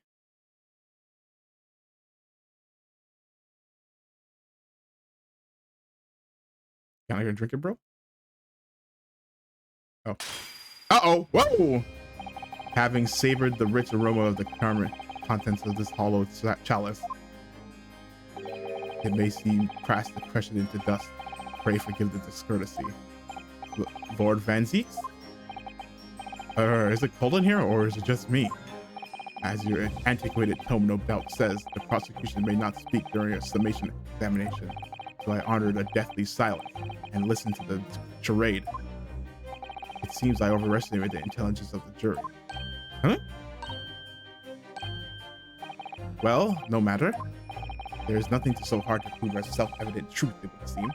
No, and why else would we grace the courtroom with our presence after all? So, let us proceed to the next round of battle.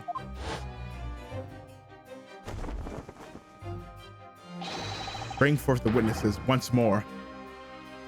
He took out his jacket. He's serious. So we're gonna go after the guy in the middle for being on the payroll. So we're happy to start not being on the payroll, having being biased towards the outcome of this trial.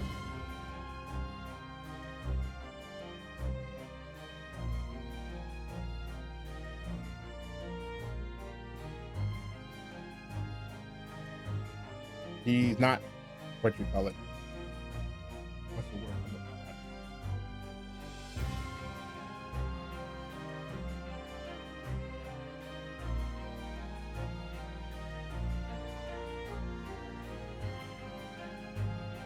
Witnesses, I trust you heard the summation examination we have just had to endure. Oh, yes, sir. That I did, sir. Of course I heard it. Oh, yes, sir. I heard it. You, sir, on the end, the coachman. I believe it's Beppo. Yes, sir. My lord, sir. If it transpires that in your previous testimony, you were attempting to veil the presence of a fifth passenger on omnibus, you will be found guilty of perjury. You're advised to bear that in mind, sir. Oh mio dio, mio's dio. Now then, witnesses, I hereby call you to testify before the court again. You will explain the various misgivings brought to our attention by the defense summation examination.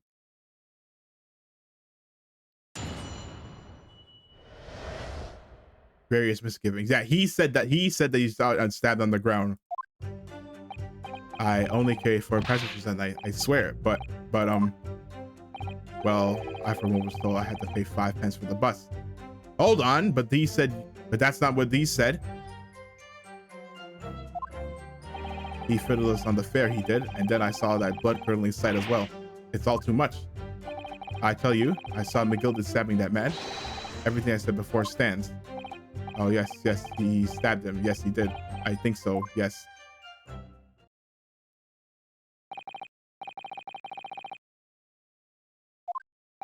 The phantom fifth passenger conjured into existence by my learned Eastern friend never existed. The confusion has arisen from the coachman's sly little cozenage? Beppo, explain yourself. I'm terribly sorry, Guildmaster. The guild's fare is 4 pence across the board. You know that. And I'd understand that you've overcharged your passenger by a penny a fare. It's so cold, and the last one of the day is always half empty. You have been dishonest, coachman. I'm sorry. You're a disgrace, Beppo. A disgrace! And your selfish action have brought dishonor on the entire guild. If I may, sir, I had to pay 10 pence on the bus just last week. What? 4 passengers at 5 pence each is, yes, 20 pence. I've done the arithmetic 10 times already, but I just can't make the result come out differently. No, that figures. Well, it would appear that one of the aforementioned misgivings has already been explained. So, counsel for the defense, your cross-examination, if you please. We've already had the pleasure of a protracted summation examination today. I see you intend to continue the parlor games. Absolutely.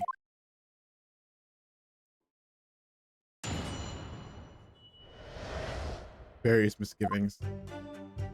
I only carried 4 passengers that night, I swear. But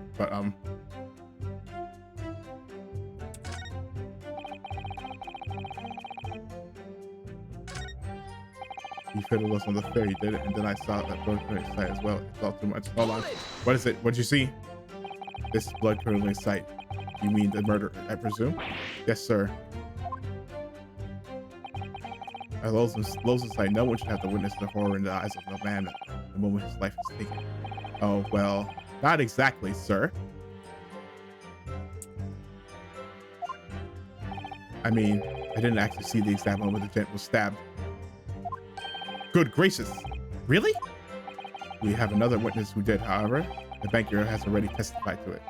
But Mr. First didn't actually see the point at which the victim was killed. That may turn out to be very significant. I heard the banker next to me. That's what I saw with the horrible blade poking out of his belly, all covered in blood. Every time I see a knife now, I can't help screaming, even when I'm eating.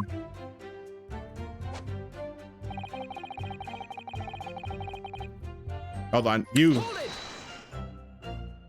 So you saw the defendant, Mr. Gilder, stabbing the victim, Mr. Mason, who was sitting next to him. That's what I said, isn't it? It was bodily before, but this was. For just a brief moment, he hesitated before answering the question.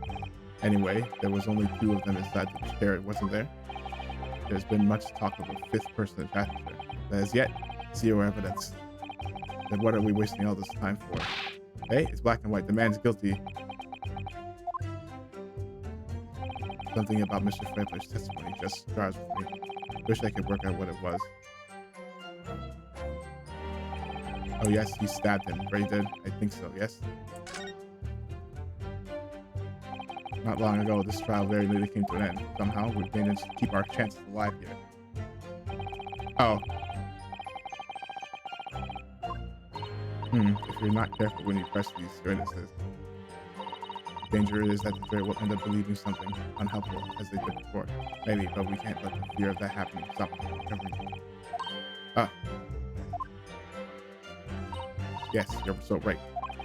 I need to pay careful attention to it here. Remember, if you happen to stop one of the witnesses reacting in a strange way, don't hesitate to pursue them as a reason. Hold on.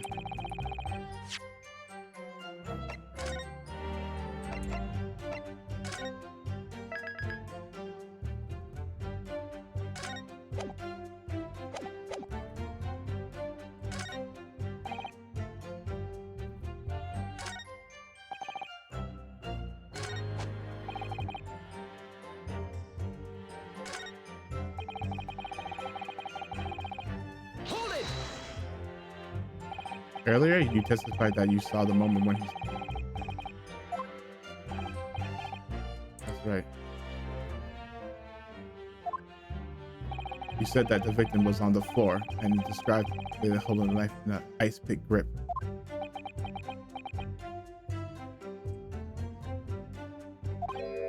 I suppose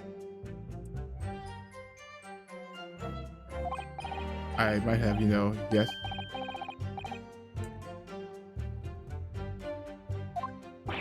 What's this? Well, I'm quite sure about most of it. I was driving the horses when I heard a scream from the seats of the roof deck. Oh. Oh, he's looking to him because he's speaking.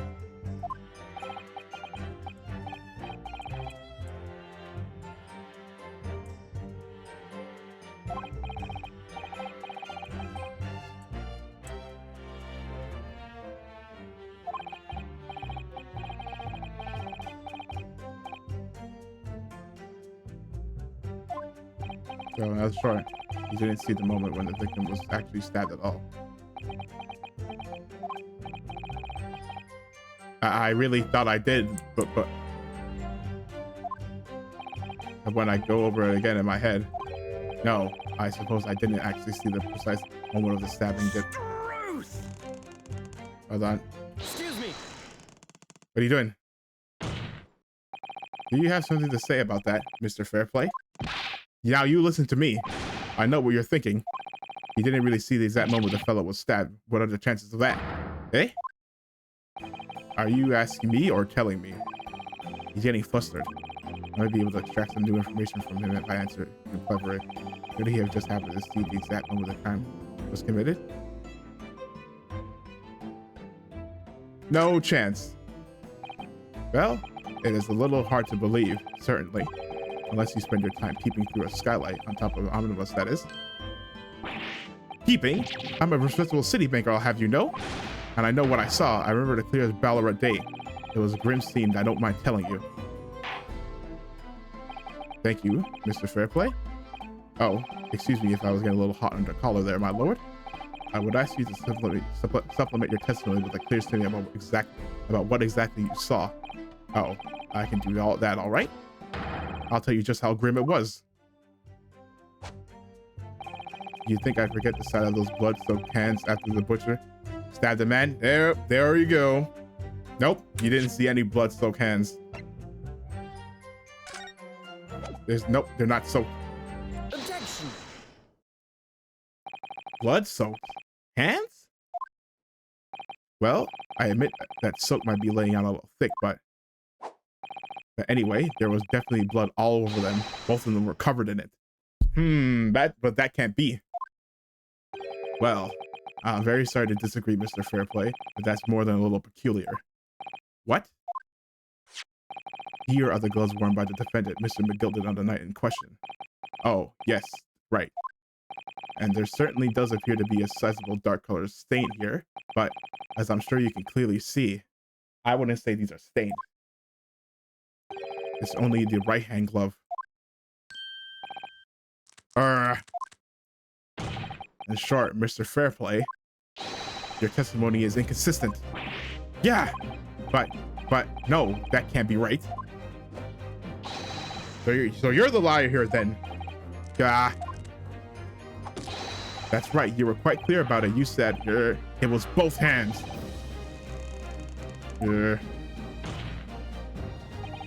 Mr. Fairplay, if your last statement was a lie, it calls your entire testimony into question. You say you saw the moment the victim was stabbed, but is that really the truth? Objection!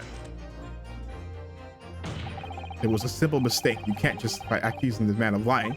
Yes, it wasn't both hands, it was only one, but the fact remains. The victim's blood was on the accused. Objection! Nope, he said, no, Mr. Fader categorically stated he saw blood all over both hands, which means there's a strong possibility that this witness was deliberately trying to mislead the court. Ah, why? I'm a city banker, for pity's sake. My word should be the gold standard. I'm a gentleman, not some gutter snipe. Upstanding members of society don't prevaricate? Don't prevaricate? He's claimed to have no reason to lie, but is that really the case? Mr. Naruhodo, we know if we had some evidence to explain why Mr. Felipe might be lying, we could turn the tide in this trial completely. Something to show us the reason to lie in his testimony? I have evidence. My lord. Yes, counsel? The defense is ready to present evidence. By Jove, are you sure? Yes, evidence that will clearly demonstrate why Mr. Fairplay had a reason to lie in his testimony. Ah! Very well. I hereby call on the defense to present its evidence. The evidence that demonstrates the motive for the witness's alleged deception to the court. Yes! Take that! This is the list of the debtors who owe money to Mr. McGilded. Yes, a list of innocent victims crippled by the accuser's extortion. The point is, among the names of these debtors in your name is your name, Mr. Bruce Fairplay. What? Mr. Fairplay, are you currently indebted financially to the accused? No, well, it's barely worthy of being called a debt. According to this ledger, you owe 20 guineas. Not an inconsiderable amount of money, wouldn't you say? Well, what of it? Let's suppose Mr. McGilded were to be found guilty of murder. What will become of your debt in that case? Forfeit. These documents state that the loan agreement is forged between two individual parties. Therefore, were the creditor, the defendant here, to be sentenced to a capital punishment, all outstanding debts which were owed to him would be annulled. They would cease to exist. Cease to exist? Mr. Fairplay, is it not the case that you claimed in your testimony to have seen something you never in fact saw? In a devious attempt to annul your debt of 20 guineas to the defendant? Gah. Gah! The only one who saw it has... Order! Mr. Bruce Fairplay. Yes, my lord. Hold on, my throat.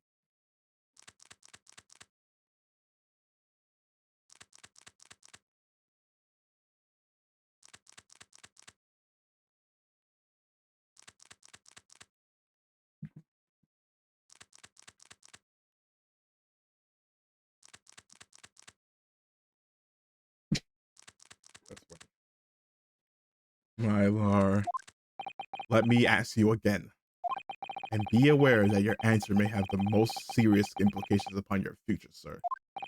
Did you or did you not see the precise moment in time at which the defendant is alleged to have thrust a knife into the victim? Your silence speaks volumes. You did not tell the truth in your testimony. All right, now let's not make a melodrama out of this. Perhaps I did overstate the truth a pinch. A pinch? But it makes no difference.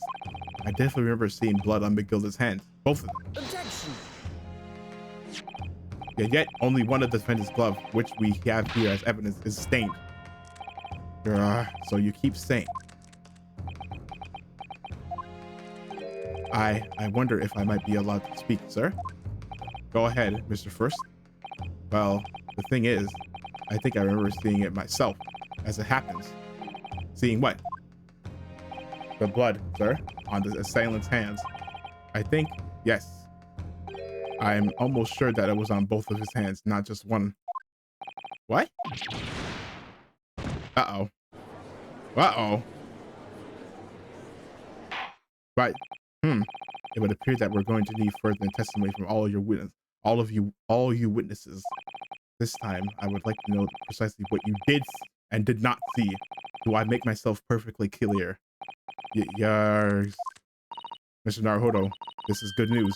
The course of the trial seems to have shifted slightly at last. Yes. I might finally have a chance to turn things around here. The gloves. So the issue now is the gloves. What the witnesses really saw. There was blood on both hands of the assailant. I sincerely and distinctly remember that. However, I suppose you might say that I didn't see the exact moment the stabbing transpired, if that matters. I remember seeing the knife, and I remember seeing both the attacker's hands with blood on them. I didn't actually see anything myself, no, not until I heard that scream. Anyway, the fact remains, there can't have been anyone else inside that carriage, or we all would have seen.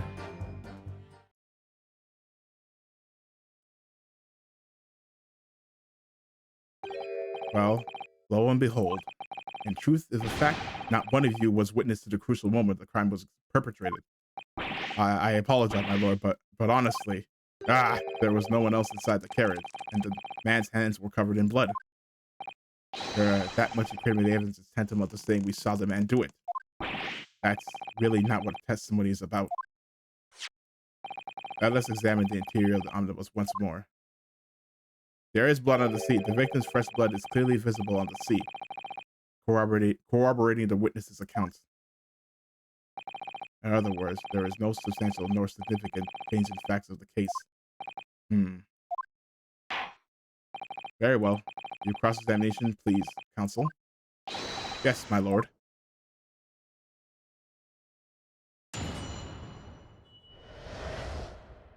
What the witnesses really saw.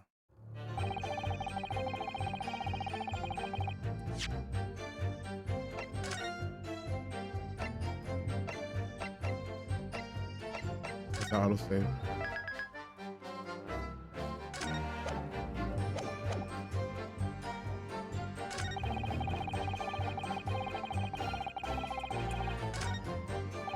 We're seeing the knife. Hold it!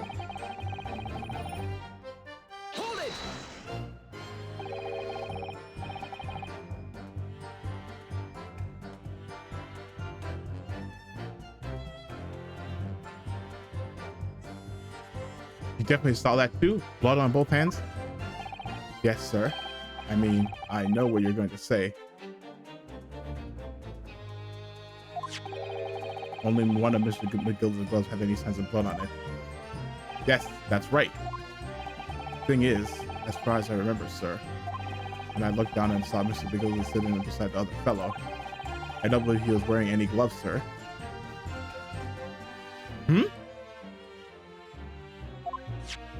He wasn't wearing these gloves? That's correct, but then, that's correct, sir. I saw the blood on both his bare hands quite clearly. That's true. Then why would he? That doesn't make any sense. It's true that the dark color stain on the glove wouldn't have been easy to see. I should point out that the police officer who apprehended the accused on the night in question reported that there was no trace of blood on Mr. McGilda's gloved hands. There wasn't blood on his hands? This is... Oh. And there wasn't blood on his hands. Then what happened? There must be someone else. Yeah. I didn't actually see anything myself. No, not until I heard that scream. Anyway, the fact that remains there can't have been any... Hold it! And everything you say, was through the skylight roof on the roof of the omnibus. That's right. It was fiercely cold that night, but the glass wasn't frosted over. Oh yes, I remember I was shivering. It was so bitter. This rather begs the question of why the pair of you were sitting on the roof deck in the first place. Well, I don't know about you, this young fellow, but I couldn't enter the cabin.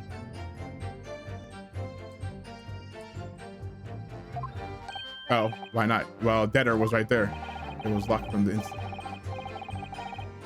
Huh? It was locked? That's right, and that's right, and it's a public bus service for pity's sake. That's not what I call fair play. Yes, I had exactly the same experience. I tried knocking, but the fence inside suggested me to clear off.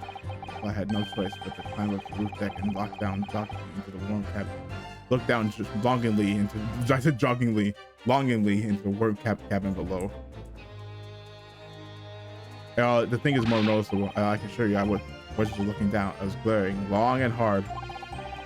And that's precisely why I can tell you with absolute confidence that if there was anyone else in that cabin, I would have noticed. Like unequivocally, I would say. I'm not so sure about these two witnesses. Could they really have seen everything inside the cabin through this? So I have to so I have to see, because that's the main thing right now, is that they could see. Check the door.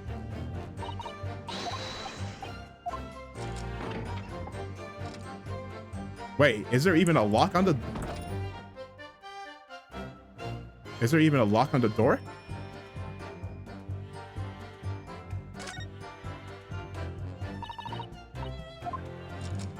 No, I want to see the...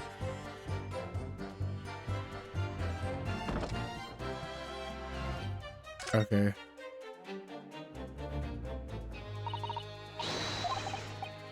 Oh, wait, maybe...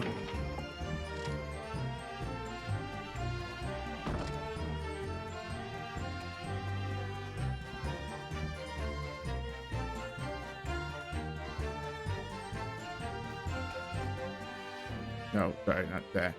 There's no lock on the door, so how did they...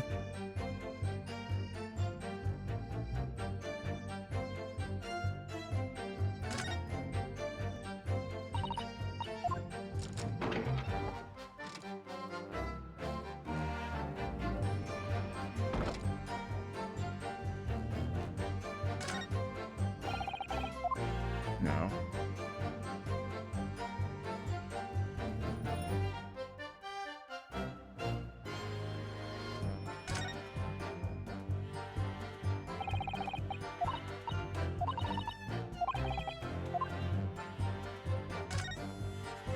No.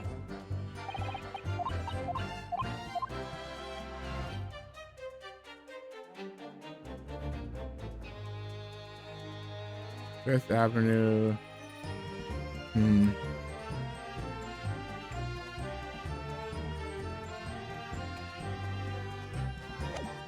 I don't think I have the information to do that. Well, let's save. Let's see where it goes.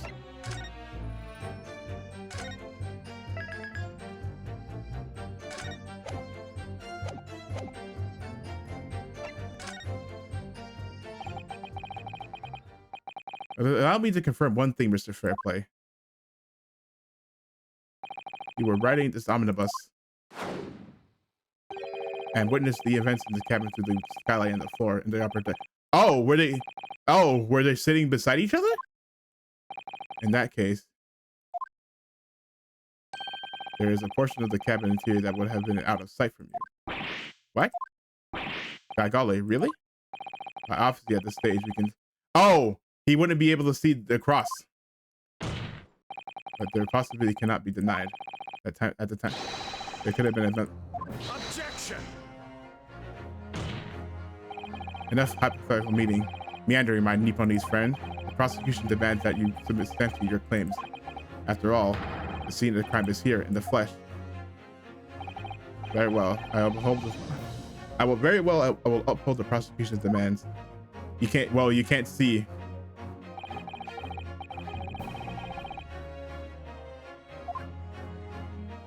Where exactly in the omnibus are you suggesting the could have been situated?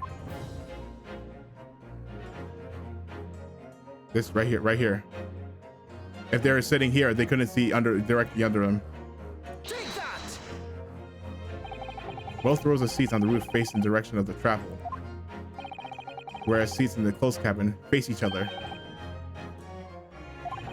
Which means the visible part of the cabin, which passengers on the roof they can see through the skylight, can only see is drawn here. Ah, that's right, my lord. As you can see, the seat opposite on which the victim and his backpacker were sitting is obscured from view. In other words, if someone had been sitting on that seat, it's quite possible that these witnesses would have been completely unaware of it. Ah! Okay, so it was that. It's quite possible some phantom was sitting there. Evidence by near Nipponese have a forbidding habit of obscuring the truth with ambiguity. I concur with the prosecution's rejoinder. In a British court of law, evidence is paramount. I cannot entertain this conjecture, counsel. That is, unless you are able to put a name to this mysterious passenger whom you allude. Can you, Mr. Naruhodo? I honestly don't know who could have been. Who could have been on the other seat? Which? Oh, I know who. Wait. My guess is gonna be it's our client, because they.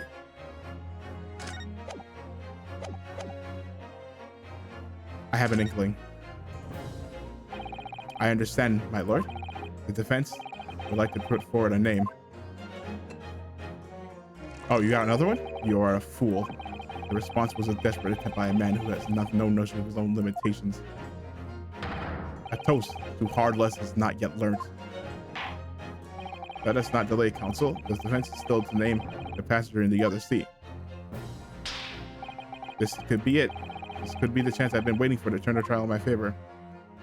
On the night of the murder, the person who occupied the seat in the omnibus cabin that was received reviews was... I think it was this. Take that! The passenger in the enclosed cabin that witnesses on the roof deck failed to see has to have been Mr. Magnus McGilded. Mr. McGilded? What are you talking about, counsel? That's the name of the defendant. That's who they didn't see. Objection! Oh shit! Oh. If I desecrate this chamber by smashing my hollow chalice, I do forgive the discourtesy. He yeeted that. Lord Van Zieks. People talk of those tiny island nations in the Far East as having a learning and culture of their own, but I've seen they use the term ill-advisedly. What are you trying to say? Let me explain in terms that even a student of artless backwater such as yourself might understand. When the bloody scene unfolded, the victim and his assailant were sitting side by side. Multiple witnesses have attested to the fact. It's the very premise on which this case is built. Objection! But that premise may be wrong. What? If the victim really was sitting there beside Mr. McGilded, it creates an inconsistency that can't be reconciled in any way. What inconsistency? What inconsistency, counsel? The gloves, the defendant's gloves, my lord. Yeah, the gloves can't be answered if he was sitting beside him and stabbed him. And he wasn't holding two sets of gloves. Both witnesses made the same testimony. They claimed there was blood on both hands of the person sitting next to the victim. Objection! Yet we know the truth to be otherwise. Only one glove bears the gory remains. Objection! Exactly. So, the point is, even in the face of this irrefutable evidence, both witnesses have maintained their stance. Yes, their testimony remains unchanged. Exactly. They both adamantly swear that they clearly remember seeing blood on both hands of the assailant. In short, their memory of events is correct, and their testimony reveals the truth. it was somebody else sitting beside the victim that night, a third party we have yet to identify. And the victim's blood was on that passenger's hands, both of them. Objection! And who was this third party? That I do not know, obviously. The true culprit. Extraordinary. Extraordinary.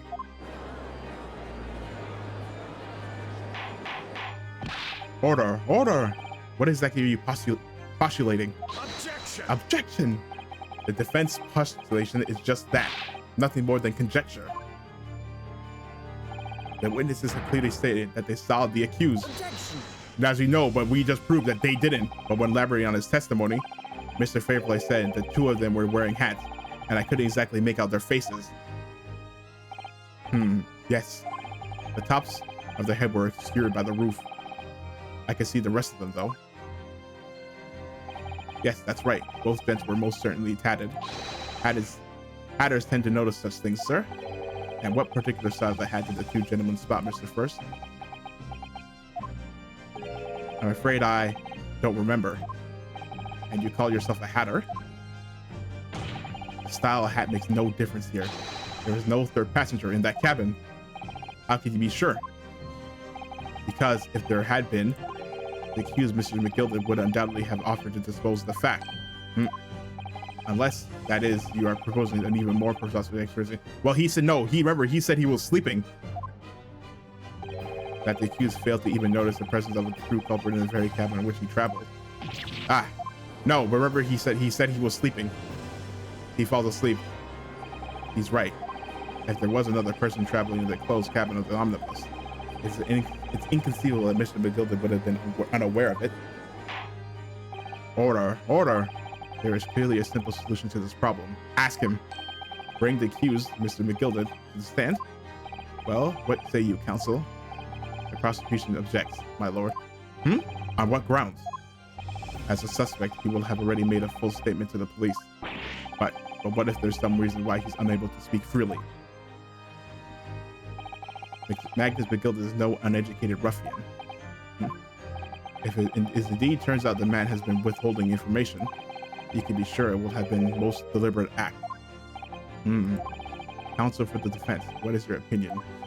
My lord? Or not? Let's command his testimony. Yes, we need to hear what he has to say in order to find out the truth. The defense would like to call Mr. McGilded to the stand. In that case, I would like to hear the opinion of the jury. Yes, sir. I need a little time to consider this. If you ask me, I think we should hear what Mr. McGilded has to say. Get that man out. Get the man out here, I say. It would be utterly illogical not to hear his testimony. When something needs doing, get it done. That's how I run things at the guild. Hearing what the patron of my favorite little park has to say? Oh yes, that would be lovely. Yes, the jury says the man must be heard. Very well. The court will hear the defendant's testimony. Bailiff, show the defendant to the stand at once.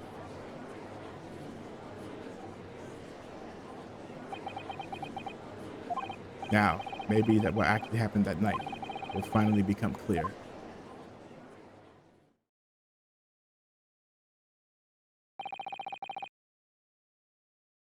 Let proceedings be resumed. Mr. McGilded, have you been listening to this discourse of the day? To be sure, I have, my lord. There are now two matters on which the court desires to hear from you. The first is whether or not there was a third party with you in an omnibus cabin, as proposed by the defense. Second is that if such a person was indeed present, why did you conceal that fact from the police? Begad, no, 'tis not in my nature to hide anything at all. Just answer the question, please. The truth of the matter is, I've been desperate about this all along. Do I tell yous or keep my mouth shut? Tell us what, Mr. McGilded? The fine fellow representing me is absolutely right. In the carriage on the night with myself and the other man, there was another passenger. Is it true? It's true? Aye, and 'twas me who helped the little urchin get away after it all happened. You You what?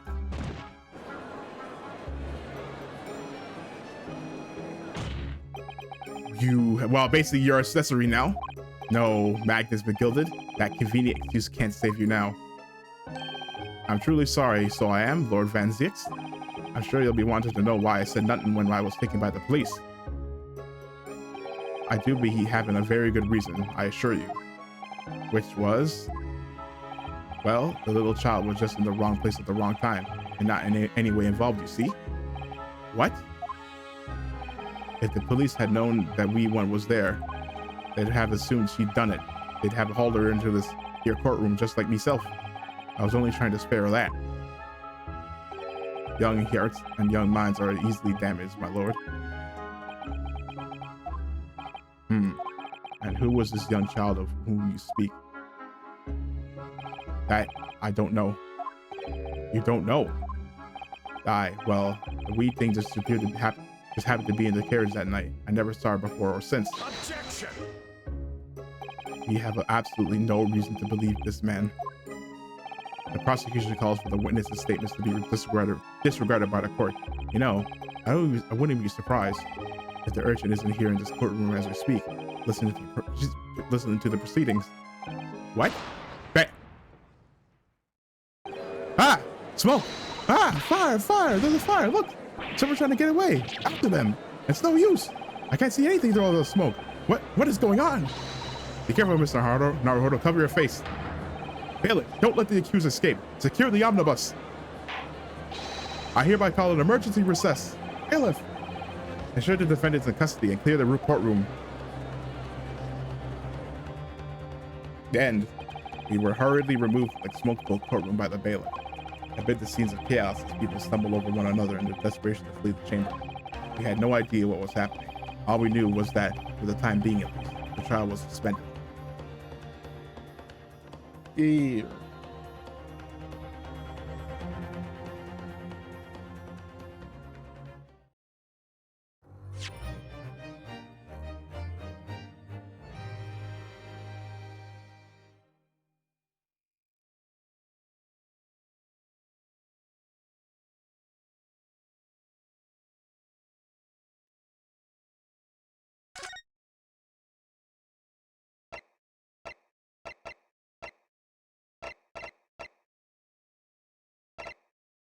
Right. Oh, that was part 2? Oh my gosh.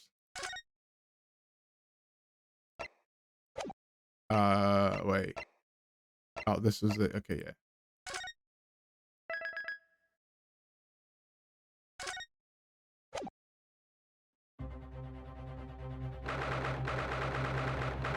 Who's that all?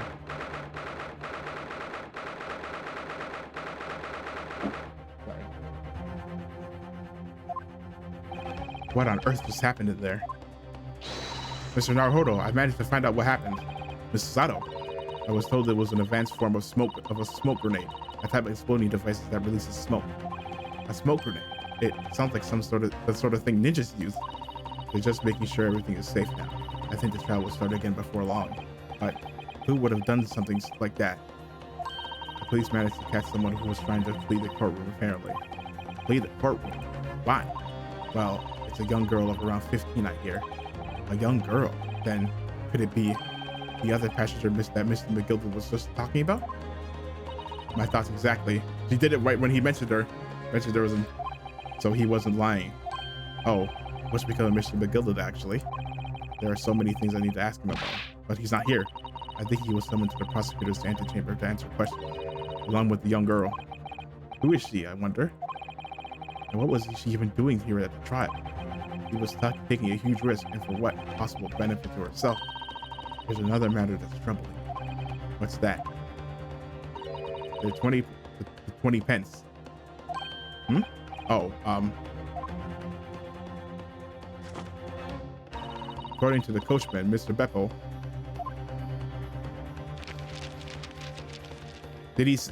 he took 4 passengers that night at a fare of 5 pence each. That comes out to a total of 20 pence. Exactly. Yeah. But now it seems that there were in fact 5 passengers, so he only took 4, which means the figures don't seem to add up again. She's right. That is strange. So basically, counsel for defense, kindly proceed to into the courtroom. Right. It doesn't make any sense now.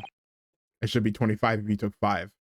Or maybe he did actually take 4, but they said they paid 5. Oh, thank you, officer. We'll go in right away. Well, whoever she is, I imagine this young girl will be asked to take the stand and testify now. I really can't imagine what she's going to say, but it could alter the whole direction of the trial.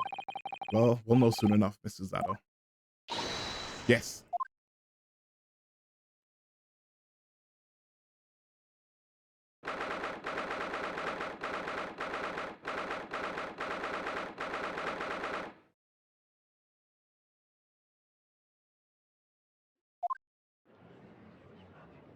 Oh, there she is.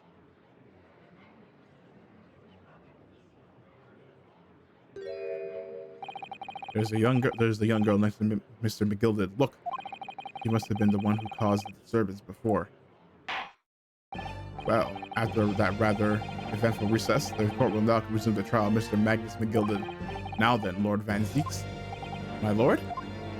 I believe you have established the cause of the smoke, which prevailed proceedings earlier. It seems to have been an advanced form of smoke grenade, of the sort typically employed by the army. Good gracious, the army? What in the devil's name?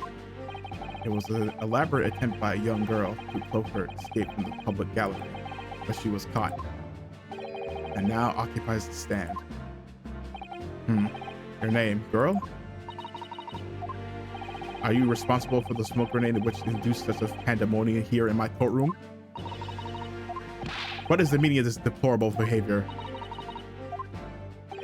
Ahem, if I may, sir, my lord?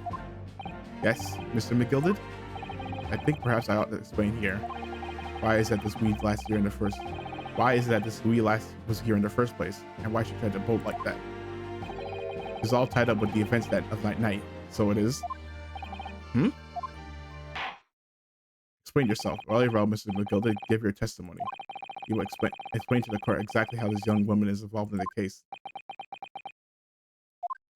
Just what did happen that night? Just what did happen that night? It's not like a defense lawyer needs that information or anything.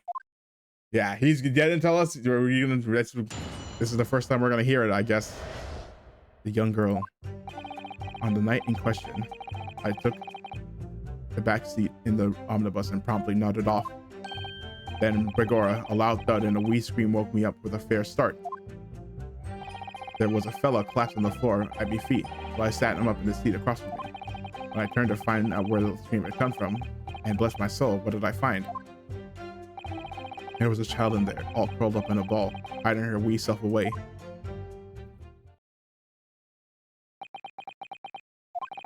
I remained somewhat baffled, I confess, but from what I gather, on the night in question, this young girl was indeed riding the omnibus. Is that correct?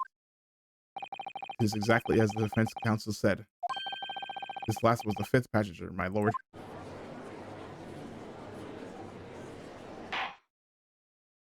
Very well. The defense may now cross-examine the witnesses. Are you ready, Mr. Counsel? Yes, my lord. Or rather, no. I have no idea where to start.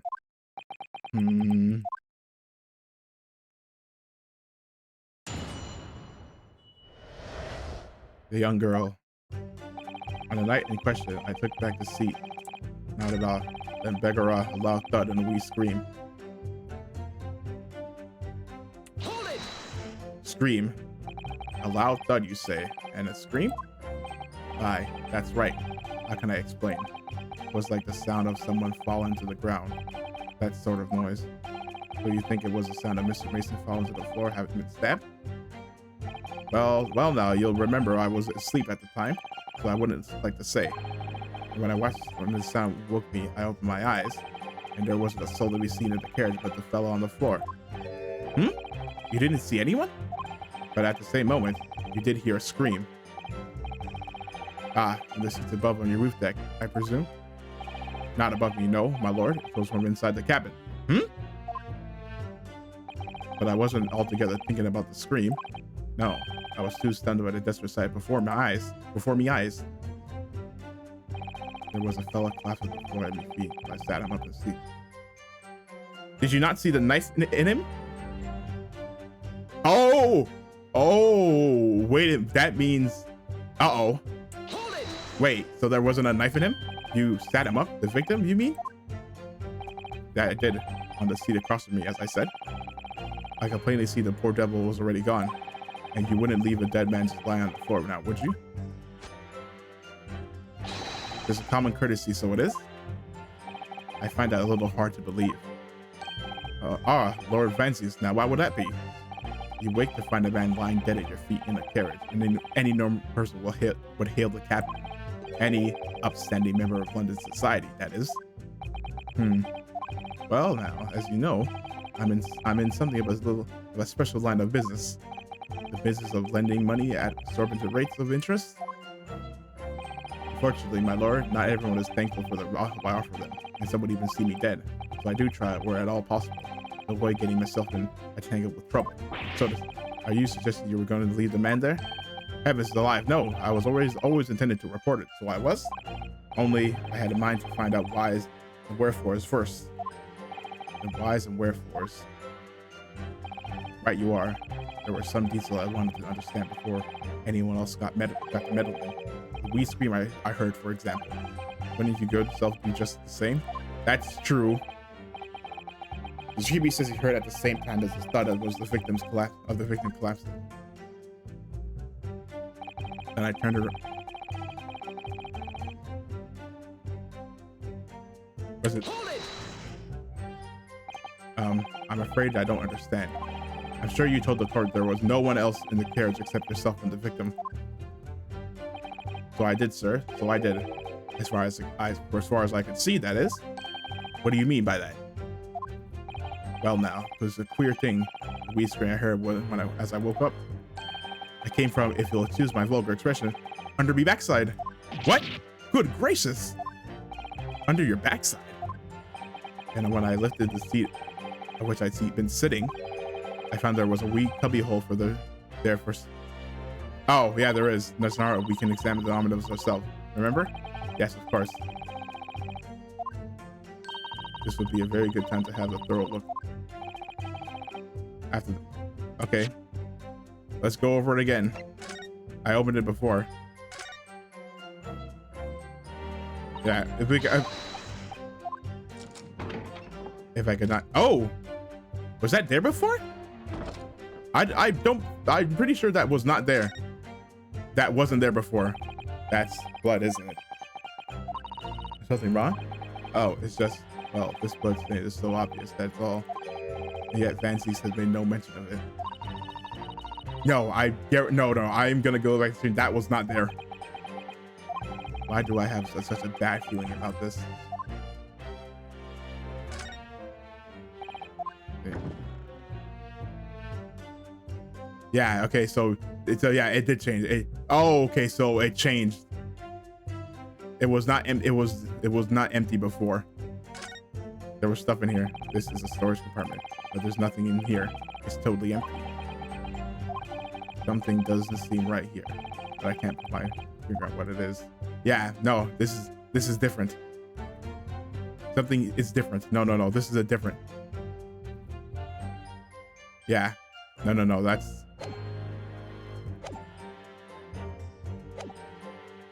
when I found her. There was a child in there, all curled up in a ball, hiding her wee stuff away.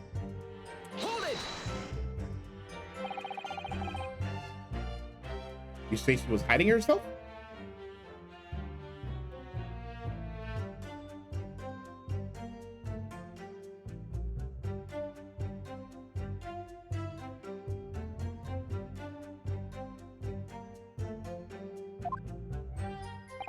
Aye, that's right. It was hard to see in the dim lamplight, but she was all curled up in a wee ball when our eyes met. Well, my heart nearly stopped beating me in my chest. Ugh. You're really overreacting this. Still and all, I pulled her out from under there and sat her on the seat opposite so I could have a wee chinwag with her. Seat opposite. That's right, just next to the dead gentleman there. Oh, so you sat this young girl next to a corpse, sir? Well, as I'm sure I mentioned, A gentleman in my position can all too often find himself in mortal danger. So, I needed to find out just who this urchin was, you see? And while I was in the middle of talking with her, I heard another scream, a fellow's voice this time. Presumably that scream was Mr. First. He was sitting on the roof deck seat. Right you are again, I would say, sir. Looking down through the skylight, he must have seen this young girl and gentleman with a knife in his belly. In other words, the previous witnesses did not in fact see you at all, Mr. McGilded. What they believed to be yourself was a victim and this was in this fact this girl and the late Mr. Mason. I, my lord. I was, as I think everyone understands now, sat at the back of the carriage, out of sight.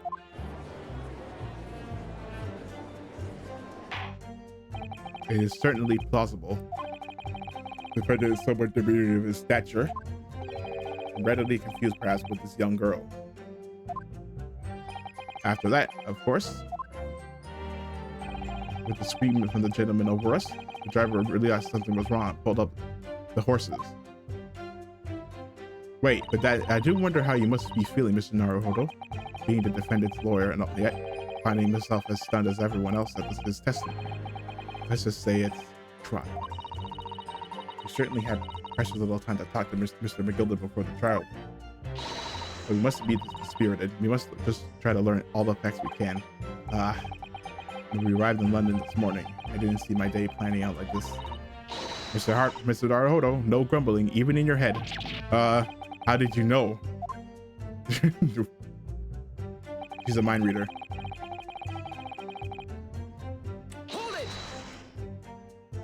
And when you first got out onto the omnibus, were there any other passengers already on board? Nay, there were not. The cabin was empty, and there was no one on the roof deck either. You were the first passenger, as it were? I see. Aye, and that's why I took the backside as I did. It's the most comfortable, so it is. Could you explain exactly what you mean by the back seat? By all means, this is how you already described it earlier. I'm talking about the seat opposite to the one in which the poor gentleman was sitting. Like I said, it's the most comfortable and where I feel most at ease. And of course, I enjoy gazing through the skylight from time to time as well. Thank you, I've heard enough. Events are explained are clear in my mind. However, at least one conundrum remains. Who is this girl? Her name is Gina Lestrade, my lord. She's a chancellor, earns her crest among large crowds, leaving people with their purses. What's commonly called a pickpocket. What? This girl here? A petty thief? Order, order! Is this true, Miss Lestrade? Miss Lestrade, you will answer the question. Ah! How dare you? What is the meaning of this? Ah! The girl. He's gone. Open your eyes. I'm over here. Good gracious, how? What was the point in that little sidestep? I know what you lot are thinking. All grown-ups are all the same. This dirty little dipper, you say, slipped up and got caught on the job. She got herself back into a corner, so she knifed the gent. Go on, that's what's in your heads, ain't it? No, not at all. This is court of law. We're here to determine the truth, not cast.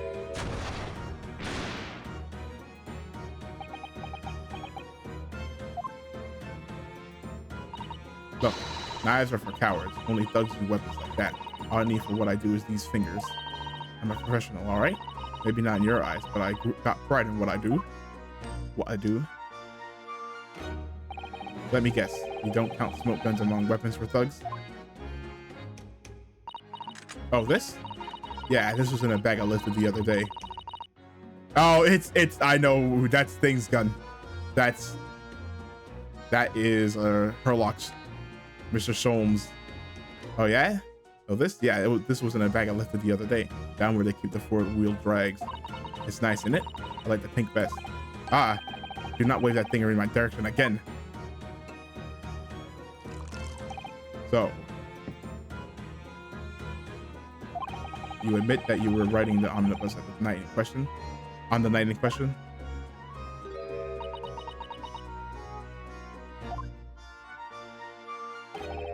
It's all right, lass. You can tell them the truth now.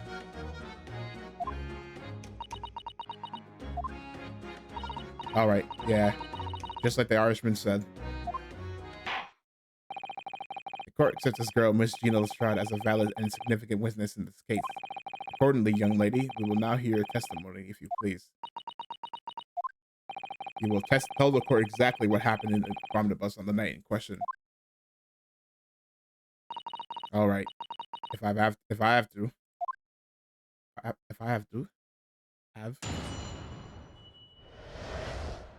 what the girl saw. So I snuck inside the carriage before they hooked up horses, just like always. But it was right old waste of time. I got nothing to show for me troubles that night. Tell ya, you can't see a blind thing on that hiding place. It's pitch in there. Then, after a while, I hear this loud bang. Nearly jumped out of my skin, I did. And the scream just came out. It's because of that this swell found me. He did help me get away, mind. Yes, he let you go. I fail to understand why you would let the street urchin go, Mr. McGilded. Oh, tis simplicity itself, my lord.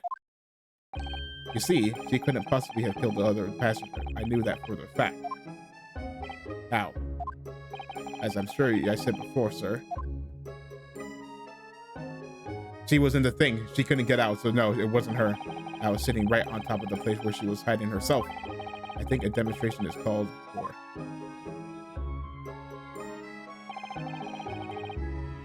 This is where I was sat that night, and the cubbyhole of which you're spoken underneath the seat, I presume.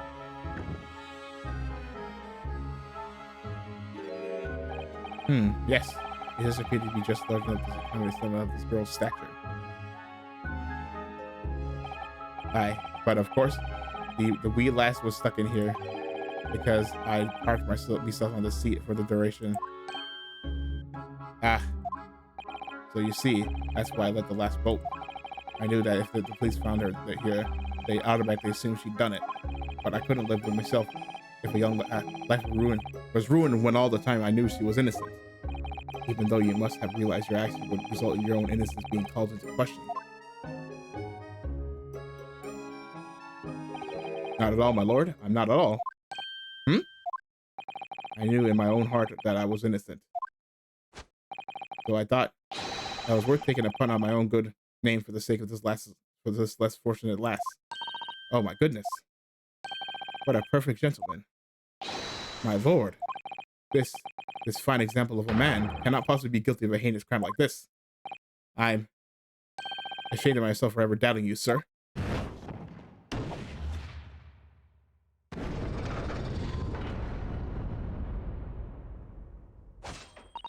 With calm, calculated reasoning, one arrives clearly at the truth every time.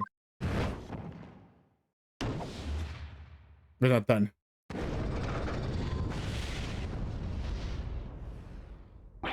Saints alive! All 6 members of the jury consensual in their leaning to a verdict of not guilty? But he could do it too, I presume. Mr. Naruhodo, it must mean what? That we're victorious. No, he could do it. We won? Are you sure? Objection! Oh, okay. Oh my gosh. Holy. If the sight of my iron-hued Wellington offends, pray, do forgive the discourtesy. Okay.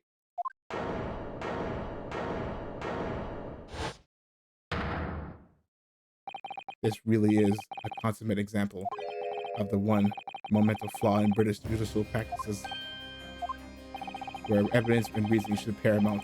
Emotion rules the day. Emotion. The witness's latest statement gives us a clear insight into his true nature. What do you mean, his true nature? Do you really think Scotland Yard would have made such a glaring omission after the incident? The omnibus was comprehensively searched by officers of the police. Obviously, the interior of this cubbyhole, as the witnesses put it, was included in their investigation. The compartment under the storage suit was full of the postman's belongings. Yes, so no, so this is a different carriage. Yeah, so this must be a different carriage, because we saw the carriage with the stuff. This is not the same carriage, but how would they manage to switch? Something happened in the smoke bomb. It's noted in black and white here that in the police report. Good lord, the evidence has been tampered with.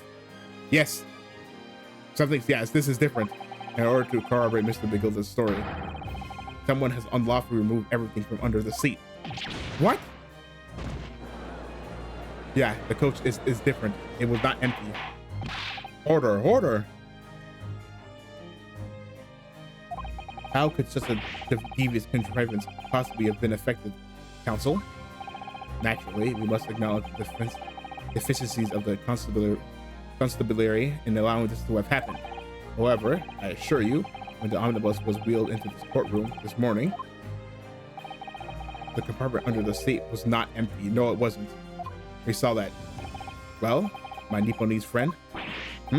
Me? When the carriage was submitted as evidence, doubtless you examined it in fine detail, as would any self-respecting practitioner of the law. Pray, what did you find the condition of the underseat of the compartment to be? Oh, to be sure. Sorry? Go ahead. You tell the court now, fella. Now this is all an elaborate excuse by the Oh! Well, counsel, do you have something to say on this matter? So basically, asking, are we gonna lie right here? No. No, we're truth maxers. How am I supposed to answer? What can I say about the state of that little compartment under the seat in the omnibus? It wasn't empty. I'm gonna say it, but it was not empty. Hey, look, it wasn't empty. We gotta see it. Even if it backs us into a corner, we have to see it. We have to find the truth. The truth, it wasn't empty. I really don't know if giving this answer is helping my case as causes a counsel for the defense. But as far as I remember, at least, when I first examined the compartment, I'm fairly certain there were a number of articles inside it. Yes. Are you sure, counsel? Be whisked. What are you saying now, you daft dog? I thought you were on my side here.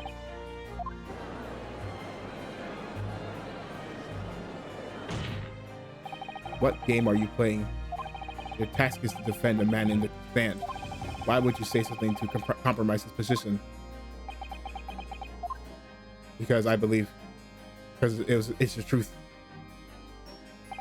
As an advocate for the defense in this trial, I confess I'm still not entirely sure where I stand, but it seems to me that I should state what facts I do know as clearly and honestly as possible. Interesting. It's not altogether pleasing, fella. I'm simply telling the truth, Mr. McGilded. Well, don't forget that you're supposed to be representing my best interest here, lad. Now then. A fellow's memory is a curious thing and not altogether reliable. No, the court must consider the fact that their cubbyhole under the seat is as empty as the devil's heart, so it is. Do you think that perhaps it would be in your best interest to now admit that you might have been mistaken? Why? Why do I feel like something's not right here? I should like the jury to weigh on this matter, I think. That compartment is designed to house equipment used to maintain the smooth running of the carriage. There's no way it would be empty. The guild's rules state that omnibuses should be properly and fully equipped at all times, so it certainly wouldn't have been empty on the night in question. Depot isn't that irresponsible. The money laundering police here then pickers are lying. Yeah.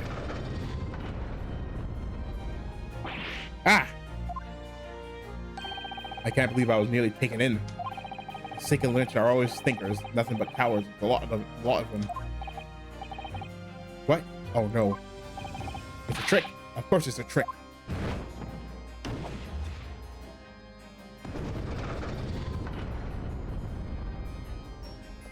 Oh, brother. Quite so. I must concur here.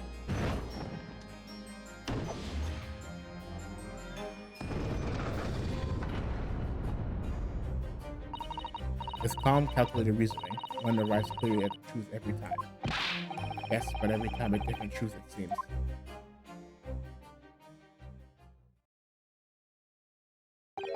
My lord, I humbly exhibit the scales of justice. Clearly, a verdict of not guilty at this time would be wholly inappropriate. Thank you, counsel. But before we proceed any further, there is the matter of the sounding cross-examination. Counsel, for the defense, begin your questioning of the witness, please. Yes, my lord. What just happened? The whole balance of this trial just shifted, almost beyond recognition. The Reaper of the Bailey is at work, it would seem.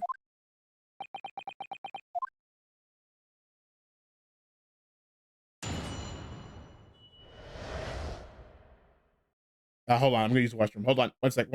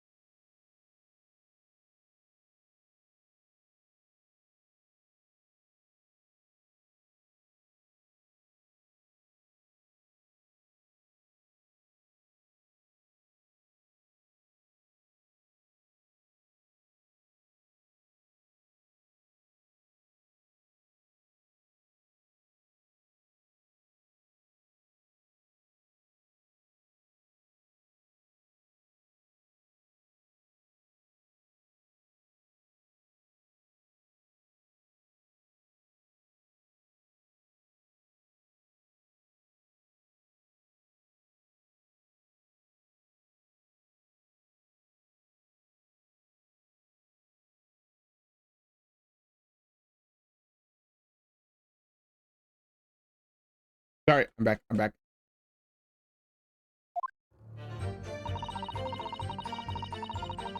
Sorry, I stuck inside the carriage where they looked me up and looked at the horses, and just like always. Great rider. But I was right a waste of time. Got nothing to show for any troubles that night. But you can't see. Oh yeah, you can't see a blind any of them hide in place. Pitch black, pitch in there. He just loud bang nearly jumped out of his skin and his screen just came out.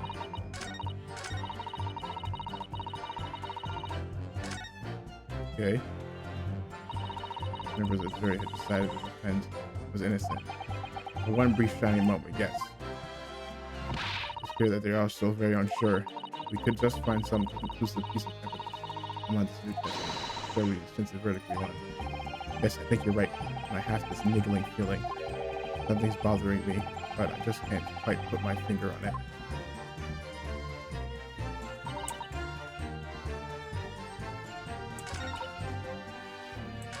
Wait, you snuck in, Hold it! so you were already in the honors before you even set off this run? Well, yeah, I mean, what's the point of, making spending a joey to make a few bob, eh? That's a rum idea, isn't it? I suppose it means there's no point in spending money to make money. It actually makes sense. Counsel, may I remind you that this girl is a petty thief, kindly repay for entertaining her tenants. Oh, that does clear up the little mystery of the affairs and all. 4 paying passengers at 5 pence each, making the 20 of it to which the cabman testified, and 1 little escape race riding for free. The red conch of a driver always grows from grub before his last run, see? That's when I slip into the carriage and get myself in and under the seat, nice and easy. About your hiding place is a storage compartment, full of equipment for the coach. No?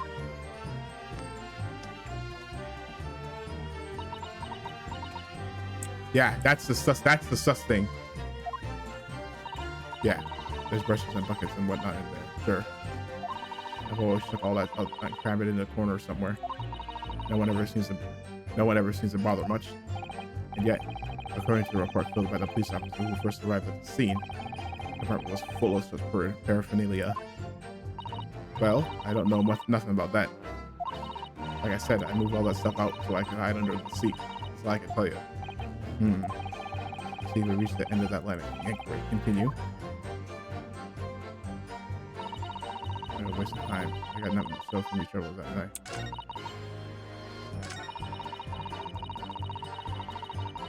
Hold it! A waste of time. Why is that? Because she didn't make any money, obviously. Well, most nights I'm on my own on the God's permit at least some of the time. I beg your pardon? Did you say God permit? Oh yeah. Well, that's what my client call it. You say the omnibus, I suppose. The point is, any number one, the carriage ain't got no one in for a while. And that's when you came. And that's when you come out of your hiding place and get away. But you can't steal anything from in there. That's it.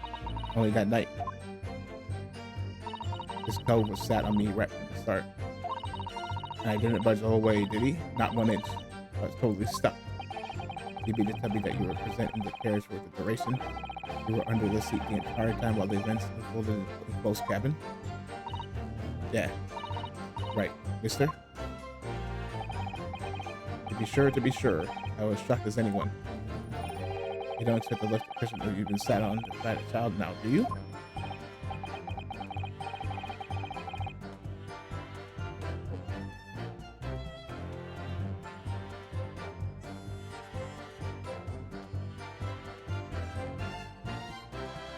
So Mr. Shrek couldn't possibly be the culprit.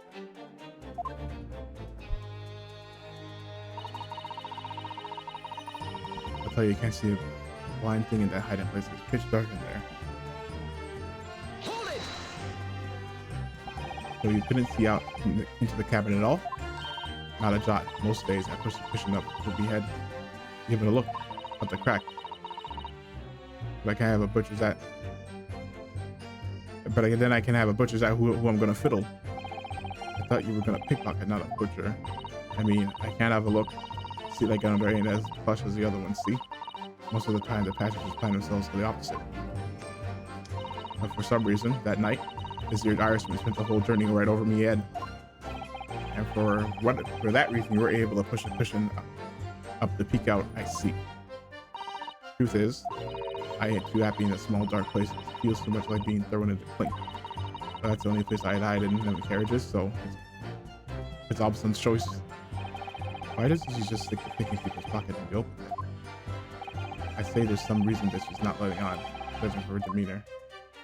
So anyways, I was a bit scared, but I had to just stick out on nothing else for it. After a while, ear just stopped bang, ears jump out the skin. Hold it! When you say about bang, you mean this noise of someone falling to the floor? Could have been, I suppose. I don't remember so well. Funny is, it made me jump. Did you let out a scream involuntarily? That's right. And then I felt the cushion over me head get lighter all of a sudden. Usually when the defendant got up in order to help the victim, yes? No. Or not. Could easily have been the moment the accused stood in order to stab the victim. Could it not? But but the sound he fell. Here, the sound is assumed to be him falling over.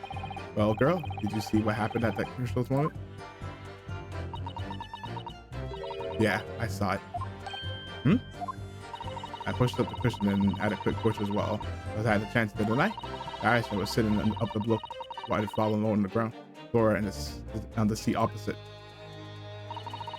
That matched Mr. McGilda's account, of course. But then, the fellow slowly turned around and looked right at me. I sunk back down again, but it was too late by then. I should have never risked looking. It's because of that Mrs. Wells found me. He did help me get away, man. And when Mr. McGilda discovered you, he pulled you up from your hiding place. I was scared stiff, I was. He dragged me out and sat me on down on the sea knoll. Next to the victim, Mr. Mason. Yeah, he broke out a knife in his guts.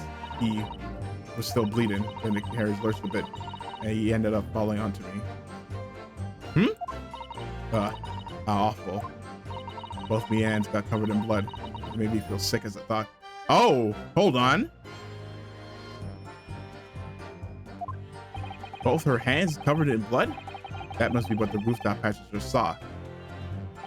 After that, I believe you talked with Mr. McGilda for a while. Is that correct? He asked me some stuff.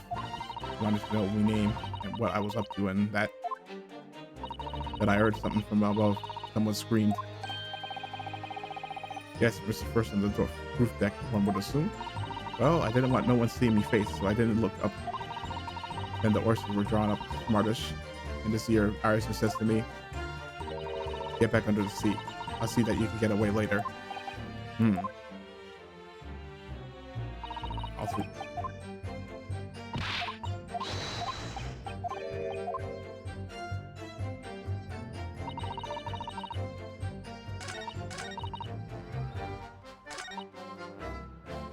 So I had the evidence.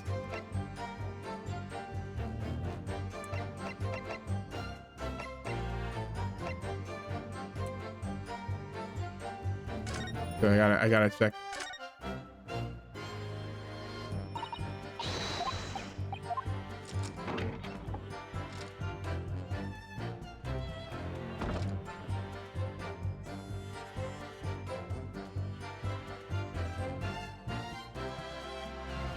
So there's something in here.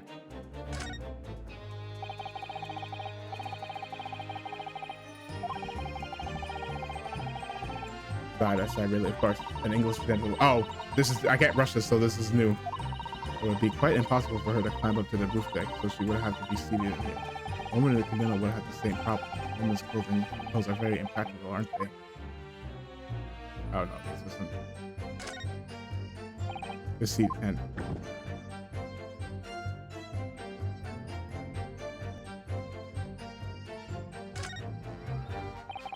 but there's nothing, it's totally empty.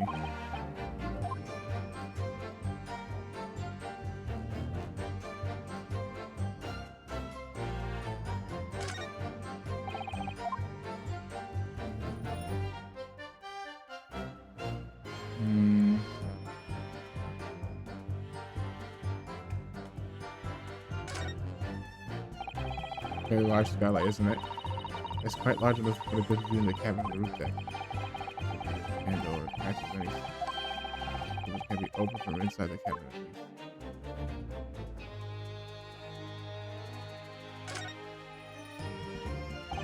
That's blood, isn't it?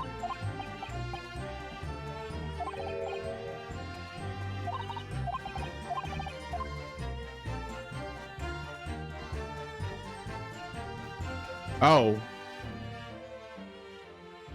Is it could it be this? That hold on, when she said that he was bleeding from there. Hold on.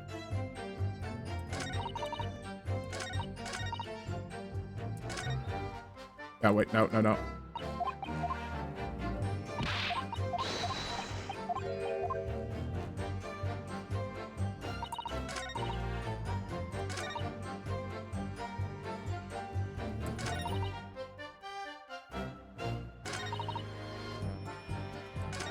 Yeah, okay, no, no, no.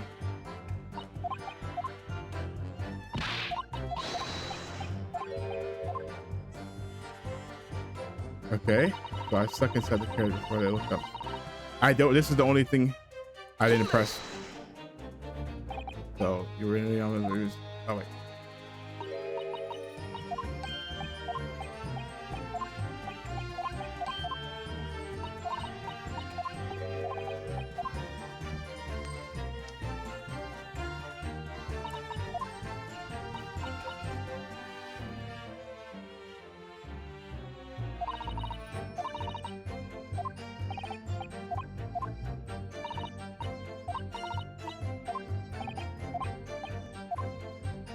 Okay.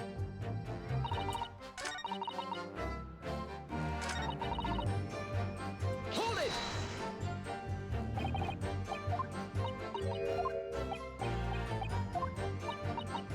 Got from it. Yeah, we got that about that.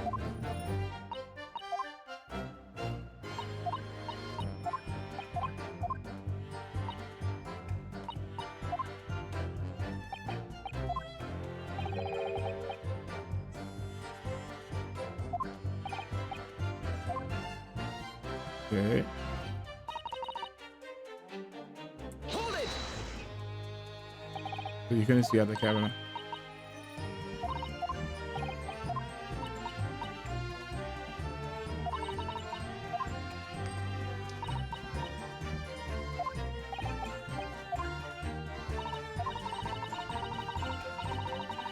Okay. Well, no. Excuse me. That's new. Is something wrong, Mr. McGilded? Oh, I do apologize. Was there something the matter, Counsel? I'm just wondering if Mr. Strahd's last comment made something occur to you, perhaps. You seem to be thinking something to yourself. Oh, no, no, no. It was not important. I was feeling bad for the poor lass is all. I remember feeling desperate myself as a young lad. Shut up in the dark was terrifyingly so. I see. Yes, I'm sure we can all sympathize. I'm still scared of the dark now. Aye, and I don't know about you yourself, but I find that darkness seems to make everything you hear seem that much louder as well. Yeah. I suppose it does, maybe. Mr. Strahd, did you hear something tonight? Anything? An unusual noise, perhaps? No. Nah, not really. All I could hear was the siren and snoring. You jabbers, there's no need to tell the whole world of me foibles, you little scamp. That's odd. What a pity. If only Mr. Strahd had heard something, it might have given us a vital new clue. Yes. What should we make of that last statement of hers? It's probably important. My lord, I believe that statement just made by the witness is profoundly important. Profoundly important, but all she said was that she heard nothing. Yes, which is a profoundly important point. I'm almost sure of it. Okay. I'm almost sure that I don't understand the inner workings of your Eastern mind, Counsel.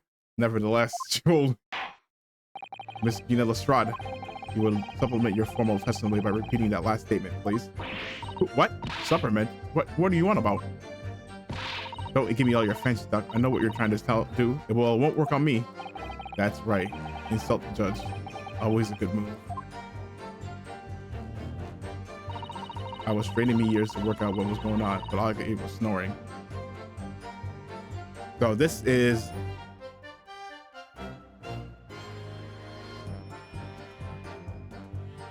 So wait, hold on, let's press it. Let's see. I'm pretty sure. So you were straining to hear what was happening the entire time since the moment you hid yourself? Not exactly, no. Sorry? Well, there was no one in the cabin to start with. I could just push on covers and I had pushers to see what was what. But then when I saw the swell getting on, it got me head down so he didn't notice me. I missed the village down to see under which you were hiding, correct? Yeah. Yeah, would you Adam and even? Hey, what a mug. And all you could do was listen. I was waiting to jump out there as soon as I heard him leave. But would he? Not likely. Even though we stopped here and there, I never heard the door open. I just had to stay put. Listen to him. I'm driving. It's pig's market. Sounds like the old dog he was. Are there any conclusions we can draw from that one then? It doesn't add up. Miss Lestrade, what you have just told the court is clearly at odds with the facts. Ah, at odds? Are you sure, man? Absolutely. It seems my learned Nipponese friend is not as dull-witted as I feared. So Van Zieks realized it too. Something's not consensual. I must insist that you bolster your claim with evidence, or some complicit party's name at the very least. Yes, my lord. Expect you to demonstrate. According to Mr. Strahd, whilst he was hiding in the grounds last night, he heard nothing but the sound of Mr. Begilda's snoring, but I think there's something else she should have heard. I'm pretty sure she should have heard him come in.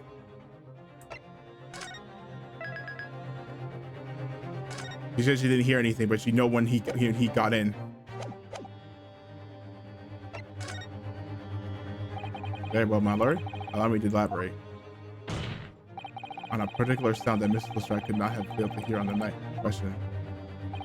Sound very keenly made by the appearance of this following person. Take that! Rice fried Mason. Fired Mason. Yes, my lord. The sound that Mr. Lestrade cannot have failed to hear is that of the victim, Mr. Layton, boarding the omnibus. Order, order! Explain your reasoning, counsel. Miss Lestrade, allow me to confirm something. You claimed earlier that you were the first person on on board the omnibus. Is that right? Yeah, of course I was. I got on while the driver was in the pub, didn't I? And the next person on the board omnibus was Mr. McGilded. That it was. Not a soul was in the cabin when I climbed aboard. At least not in plain sight. So you were, to all intents and purposes, alone in the closed cabin of the omnibus at the time. Did I not just say as much? I wasn't traveling with anyone else, if that's what you mean. Yeah, I saw him get on, I remember, through the crack under the seat cushion. He was on his own for sure. And from what we've heard, the carriage made a number of stops on it after that on its onward journey. During which time, did you not hear the door opening or closing at all? Nah, I never heard it. That's exactly what I was listening for, weren't I? I was waiting for the swell to leave. So, how did he get on? In which case, when and how did the victim end up in the carriage? Ah, we know that the victim collapsed inside the enclosed cabin of the omnibus. Therefore, Miss Lestrade's statement about what she did or did not hear is at odds with the facts. Ah. Yes, this petty thief statement was clearly flawed. Lord Van Zieks? Van Zieks? He knew all too well that there was an inconsistency in Miss Lestrade's statement. It would seem words or things are in order for my learned friend. What are you talking about? You have demonstrated matters impeccably. This witness and her colorful statements are entirely unreliable. Her words are convenient untruths, nothing more. He's dead right. How could the victim possibly not have boarded on the omnibus? That makes no sense whatsoever. And this girl is a pickpocket. Let's not forget that.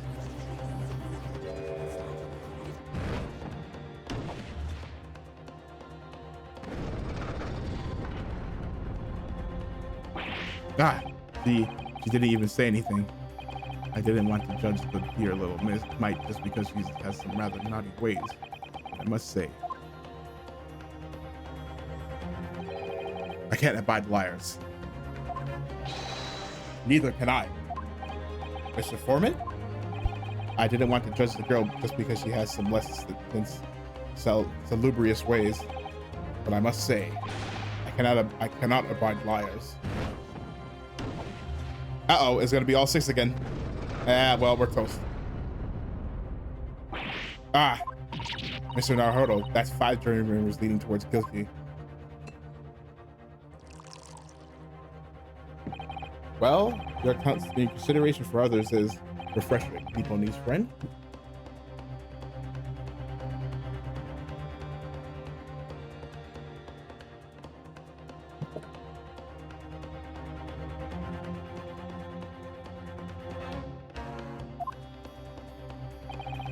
The considerable troubles you have spared me.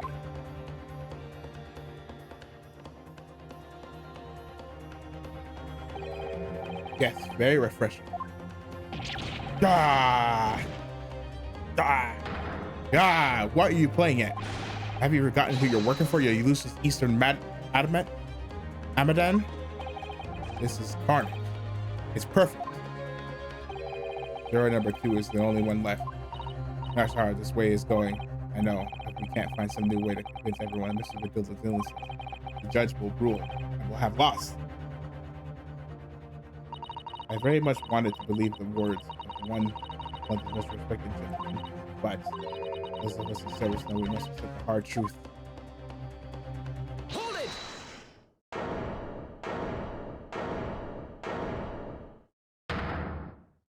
Yes, the witness's last statement seems to reveal a critical inconsistency in her story.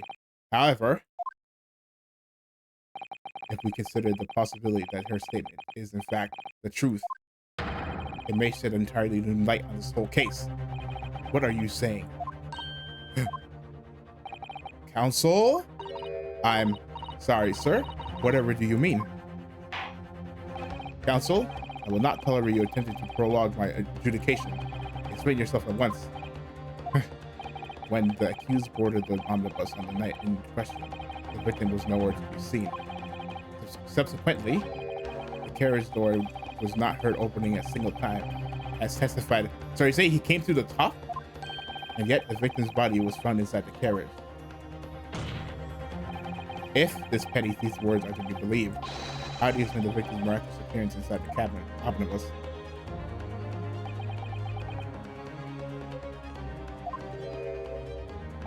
There's only one way to explain how the victim came to be inside the carriage.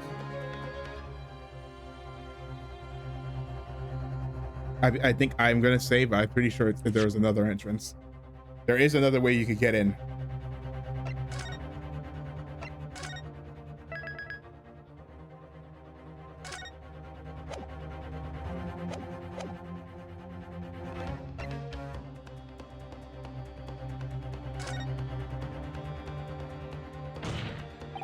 Their door wasn't open even once. The only explanation is that the victim entered the enclosed cabin some other way.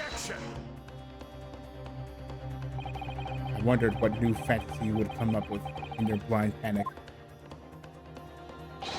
Behold, the omnibus is here for all to see. Only one side of the enclosed cabin is furnished with a door. The other has only windows, fixed windows, which cannot possibly open. In short, there's no entrance to the other cabin other than the door. No, there's not. That's not true.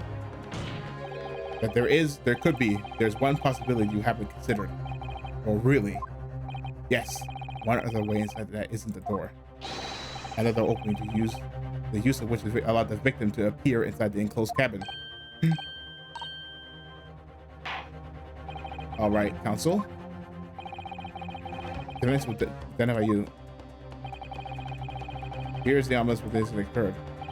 Where on earth did the entrance before the victim entered the cabin? Is this right? I mean, I guess. Take that! The answer is obvious. It could only have been the skylight. I say, the skylight? Objection! Your ludicrous proposal almost has me lost for words. However, Objection! the skylight may be well large for someone to pass through. Objection! So you claim, but do you have a shred of evidence to support your Adelbrain's theory? Both Mr. McGill and Mrs. Stride said the same thing in their testimonies. They claimed to have heard a loud thud, just as annoyed by someone falling to the floor. Yes, which was already. which is already explained, as the sound of the victim falling from the seat, having been assaulted with a dagger. Yes, it has, but would a man slipping from a seat fall on the floor really have made such a loud noise as the witnesses described? A noise loud enough to cause Mrs. Fred to let out an involuntary cry, in fact? Good gracious! Perhaps, in fact, that was the moment the victim made his entrance into the cabin. No, let me rephrase that.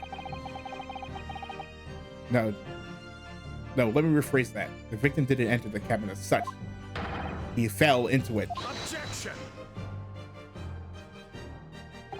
You're now suggesting that the victim fell from the skylight into the cabin? That's simply impossible. How can you be so sure? Because if the victim had fallen inside through the skylight, as you say, the passengers on the roof deck would have seen it happen. And yet, not one person made mention of such events in their testimony. But they did say 2 people were inside. Well, yes, that's true, but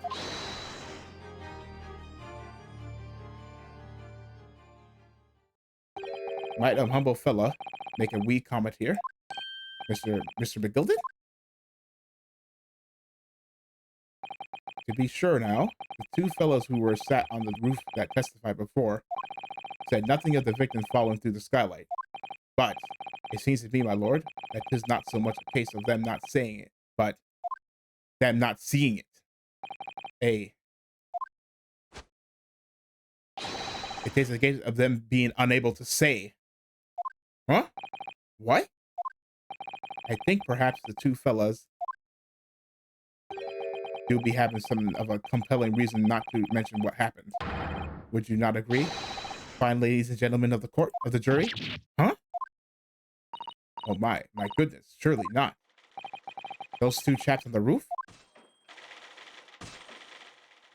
You mean the ones who stuck that knife in the man were... Ah! Hold it. Yeah, it's them. Just what exactly are you insinuating here, you blitherer? You rudder, he said. You rudder! What are you insinuating? This is a flaming outrage. I have a good mind to give you a blinker in a minute. He'll give you a shunner in a minute, he said. So will I. Mr. Fairplay, you're effectively accusing me, a city gentleman and a well-respected banker, and me, a very angry hatter, suggesting that someone like me could have stabbed that man in the guts. It's a disgrace. It's scandalous. It's I protest in the strongest possible terms. That's right. I protest too, and I bet about you, you rotten scoundrel. Order. This is not the time, witnesses. I will not permit the wanton evasion of the stand. Return to the anteroom at once. But this is beyond my reason, my lord. It is outrageous. Yeah, it's very hurtful, you know? My lord, if I make a comment, go ahead, or Van Zykes. It was defense that incited this outburst from the witnesses.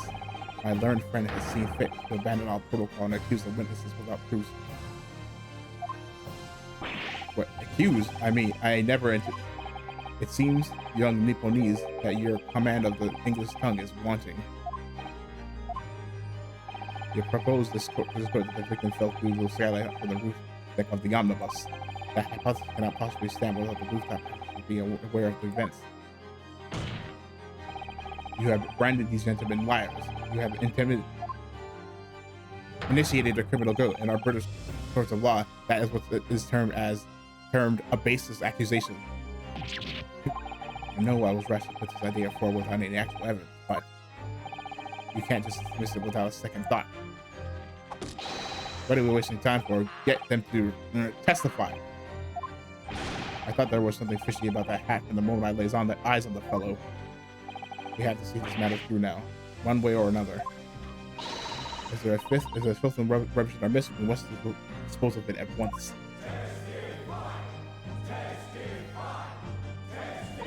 What's happening, Mr. Naruhodo? The spectators in the public gallery are They're in a complete frenzy. Order, Mr. Fairplay, Mr. First. My lord, you will take the stand again and make another formal testimony in reference to the indictment brought by the defense. Yes, my lord. Uh-oh. I didn't come here for this. I didn't come here for this. There's no time to think this through. All I can do is keep pushing forward.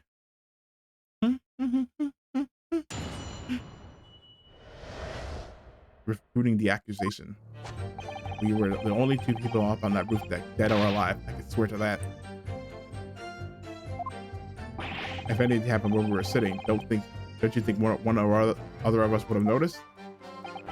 In any case, neither of us know the first thing about the victim. We had no reason to kill the man. The skylight was shut the entire time until we couldn't have possibly opened it. If you're so sure the victim fell through the skylight, where's your proof? I must say that when I'm listening to this testimony, it is somewhat hard to imagine how either witness could have performed any malevolent act on this open rooftop deck without the other noticing forthwith. That's right. You see? We're innocent, I tell you. Although logically, of course, this argument falls down if the two of you were in collusion with another. What? Eh? According to investigations by Scotland Yard, the two witnesses share no common dealings. Ha! Well, I don't trust coppers any more than I trust the stinking rich. Based. Something doesn't feel right here. The trial is going in our favor, really. So why do I feel so uneasy? Counsel for the defense, over to you. Your cross-examination, please. Oh, yes, my lord.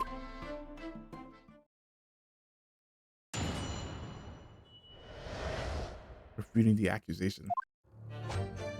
We were the only two people up on that roof deck, dead or alive. I can swear to that. If anything had happened when we were sitting, don't you think one of the other of us would have noticed? In any case, neither of us know the first thing about the victim. We had no reason to believe it. Hold it! Are you quite certain about that? The skylight was shut the entire time? I'm gonna lose my block with you. He's gonna lose the rack with you in a minute. That's what he said. Take a look for yourself. Go on.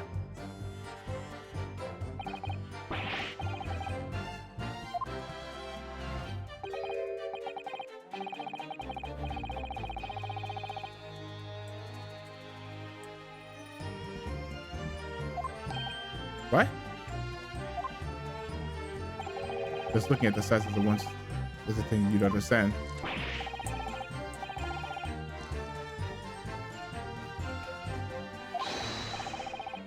Now let's get a bigger picture here, shall we? Stop biting our cane, shall we?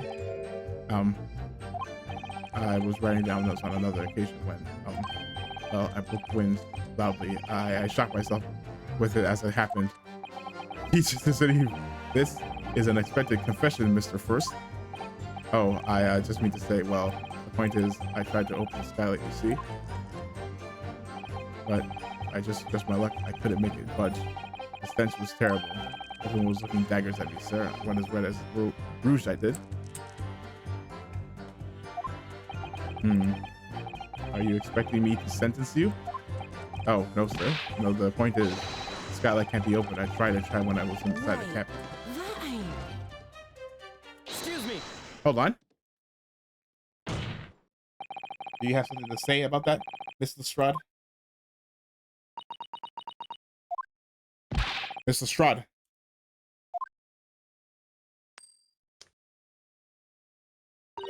It opens. It opens. The skylight. This is what we're talking about, right?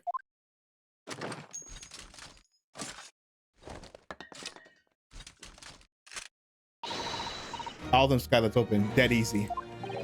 More easily than you can load that weapon. That's a lie, I tell you. Otherwise, when I broke wind, you can't do it from the inside, you mug. Oh. Look, I few weeks ago, I was up on the roof deck of one of them drags. Then I had a great I mean, I had persons coming out me in her ears. Miss Lestrade, this is not the forum to be eulogizing on the subject of your criminal activity. Well, anyway, I had a bit of a scare when I lifted the last bloke's purse. He got wise to me. All four of us surrounded me. I couldn't hop off the bus and leg it. So what I did was I used the skylight, opened the catch, and jumped right through. What? Yeah, catch for them skylights on the top side. That's why you can't open them from the cabin. Skylight opens to the roof deck? Bailiff. Climb up onto our roof along with him once and verify this witness's claim.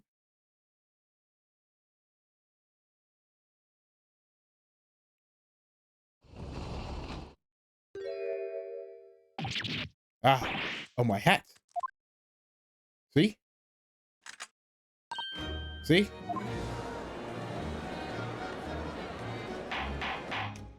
Order. So it appears that the street girl's statement is quite true. I don't believe it. The skylight opens. And from the roof deck. Mr. Naruhodo, this could be the clue we've been looking for. Well, counsel for defense, please continue with your cross-examination. Yes, my lord. So, the skylight opens. Perhaps I should investigate it for myself.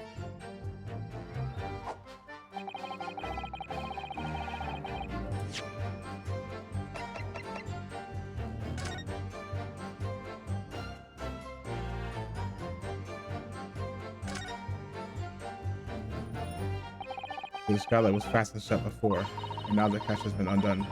You should be able to open it.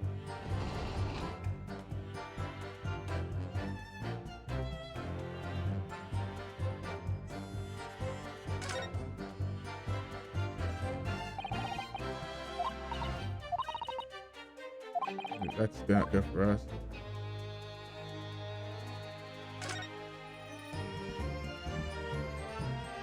Well, let's open the door.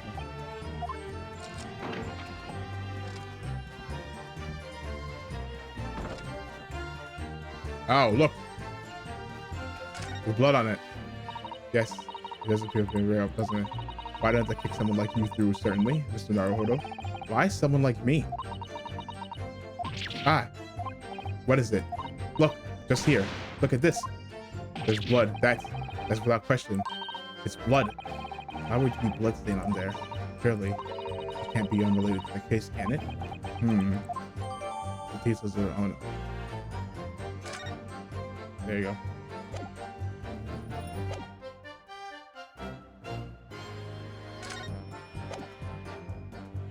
Objection. On the night in question, the victim was fatally stabbed in the stomach, and immediately afterwards, the victim's body was pushed through the skylight into the cabin below. Those are the facts, and the irrefutable proof remains clearly visible in the omnibus that stands before us today in this very courtroom.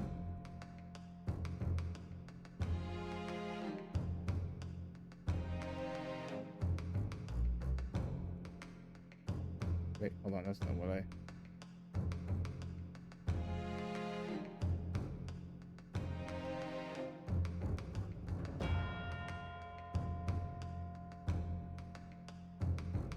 No.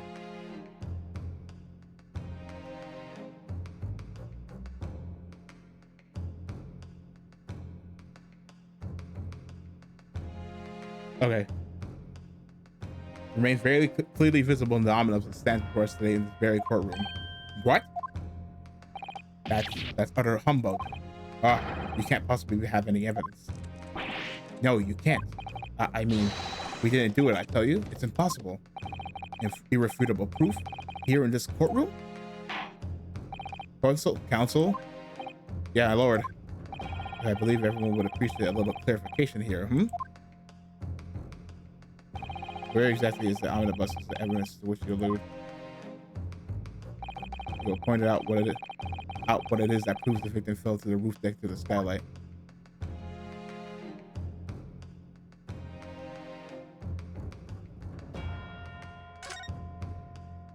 Oh.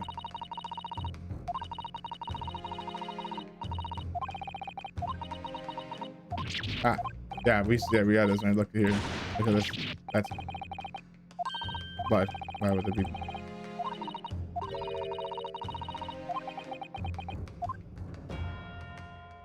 Got it! By Jupiter, is that blood? Ah, this blood stain proves two things. Firstly, when the incident occurred, the skylight of the bomb was open. What? And secondly, the victim was already bleeding when he fell through the opening. Oh my. And so it follows that Mr. McGilded who was inside the cabin himself at the time cannot possibly be guilty of this crime. No. No! Order! We still have the bad feeling. Hold it. But the bullet could have sprayed up there when the fellow was stabbed inside the cabin. Nope, there's no blood anywhere. And only found its way to that one particular spot in the skylight. Sure, and that would be very convenient. Ah. And let's keep in mind that the skylight catch can only be unfastened from the roof deck. I myself wouldn't have been able to open it now, would I? But there's no way to know for certain, is there? If the jet really fell through the skylight. Why don't you have a good look at the floor of the cabin between the two seats, Mr. First? No, I think this is a setup. Because the original thing did not have this. There's the aftermath that shows the poor fellow dropped from a fair height right there. So it is. What? No. But it can't be. It's all lies. I think he's lying. My fellow jury members, I think we can all agree that this is clear proof of the defendant's innocence, can't we? I believe we can. Yes, sir. It's clear to me now where the filthy rubbish can be found in this courtroom. So, they thought they could pull a wool over my eyes, did they? I won't tolerate any of the guild's carriages being sullied with blood. I won't tolerate it. Oh, I always knew that nice gentleman who gave us that delightful park were going to have done such a thing. On three, then. Everyone. 1, 2, 3. Objection!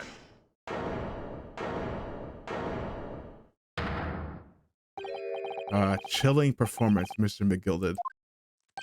Oh, and what would you be referring to there now, Lord Van Zieks? A blood stain on the frame of the skylight? Such evidence is null and void. What? Why? For one extremely simple reason. That smear of blood never existed. Objection! Wait, what are you talking about? No, it's saying this is not the cabin. It's there for all to see, and it's clearly blood. Objection! I personally attended Scotland Yard's investigation of the omnibus. The officers involved went over the carriage with a fine-tooth comb, so I can think with absolute certainty that was not there. No such smear of blood existed in the carriage. Yeah.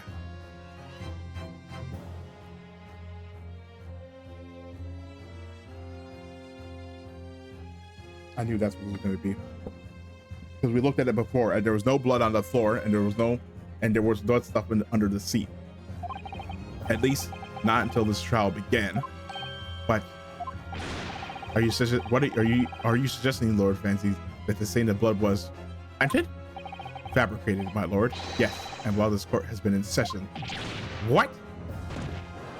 Yeah, the smoke bomb. They're in cahoots.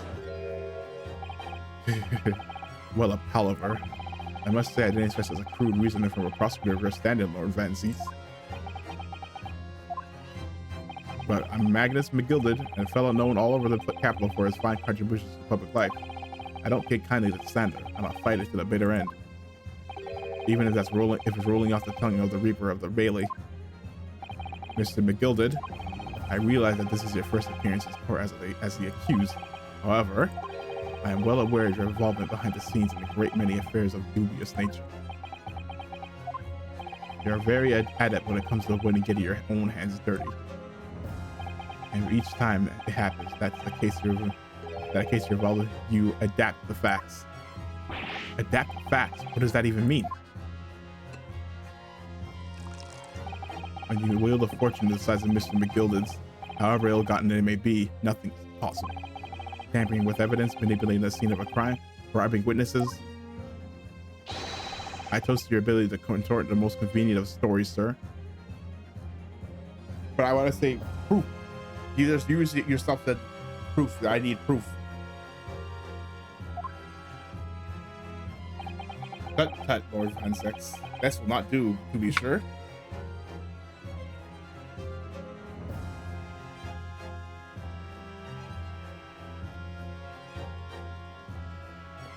Thirsty, sorry.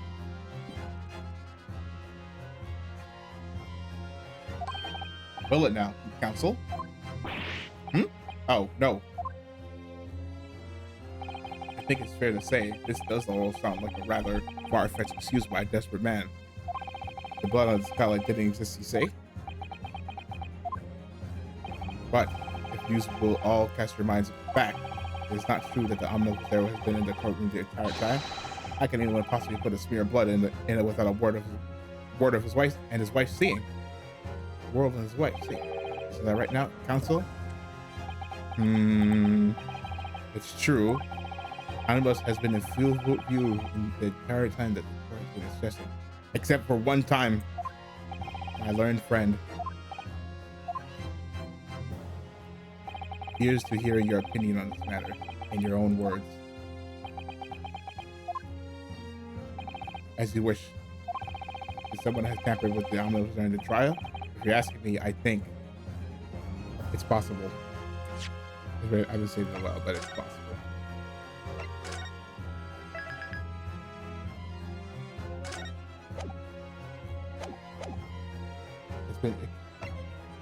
It could have been possible.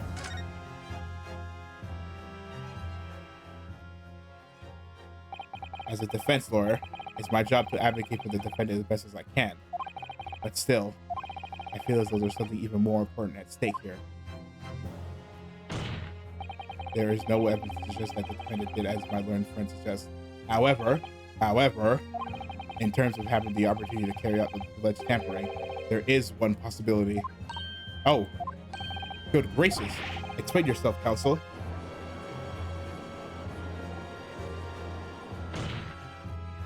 Yes, there it is. Yes, there is. It seems my learned Nipponese friend has no intention of running from this deceit. Deceit! I'm sure everyone still remembers clearly the recess that we were forced to take. As a result of the smoke grenade fired by the witness currently in the stand, Miss Gina Lestrade.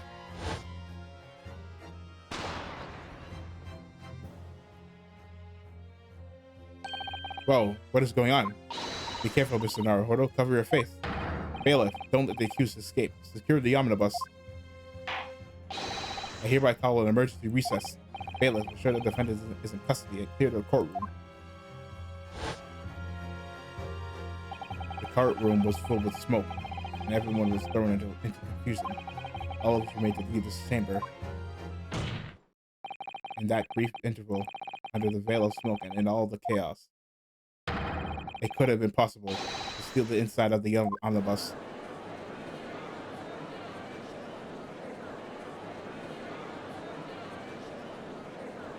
Hold it. Are you wise? What are ye trying to pull, ye rotten feckless gouger? Feckless gouger? You're supposed to be defending me. Tis a wicked plot. Tis a plot to undermine me, so it is. Objection! Whatever you think this is, it changes nothing. The facts are the same. After this courtroom was evacuated earlier as a result of the smoke grenade, a number of inconsistencies materialized in relation to the omnibus. Inconsistencies such as, to start with, the storage compartment underneath the rear passenger seat. Yes, it was full before, now it's empty. Empty. When the police investigated the omnibus, this compartment was full of driver's items. Secondly, we have the same smear of blood on the edge of the skylight. As I have said, it was not present at the start of the trial this morning. Unfortunately, Lord Nancy, no one is able to corroborate your claim. That's true. You know, when the omnibus was first wheeled out, both of the first doors in the skylight were shut. Accordingly, I'm afraid to say we cannot establish with any certainty if this evidence is the result of tampering or not. Indeed, my lord. No doubt there is not a single person who saw us fit to verify such things. What do you think? Sorry? About the omnibus? Is there anything else unusual about the omnibus? Something unusual? Yeah. My lord. Yes, counsel? There is one further inconsistency. The mark that surely could not have been present at the start of the trial. What? What in the devil's name are you gonna say now? If you dare to betray me, you little maggot, you better start watching your back. Objection! Silence, begilded. The court will wish the defense's clarification. This trial keeps swinging one way and then the other. I have no idea what's the truth and what's deception. What am I supposed to do believe here? Endless pursuit of the truth. I shall have to ask you to elaborate, counsel. Where exactly is Lesbian claim appeared at some point during the trial? We said that. Well, good thing I looked around. It's this. Hold on, let me save, but this was not here. Oh, it can't? Okay. Well, it's this. Got it! If we consider that the victim fell through the skylight onto the floor of the cabin, we would certainly expect to find signs of blood where he landed. But as far as I recall, this blood stain on the cabin floor was not there when the omnibus was first brought into the courtroom. Good Lord. Yes, I do believe you're correct, counsel. Well said. Although, as advocate for the defense, one might say that it was a very careless slip of the tongue.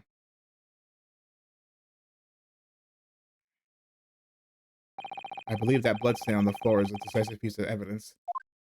But if the question is whether that evidence is genuine, or whether it was unlawfully fabricated by someone, I feel compelled to admit that there is at least a possibility that the evidence is fake.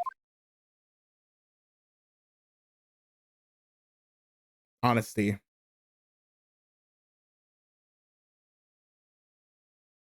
It completely goes against our interest. Ah!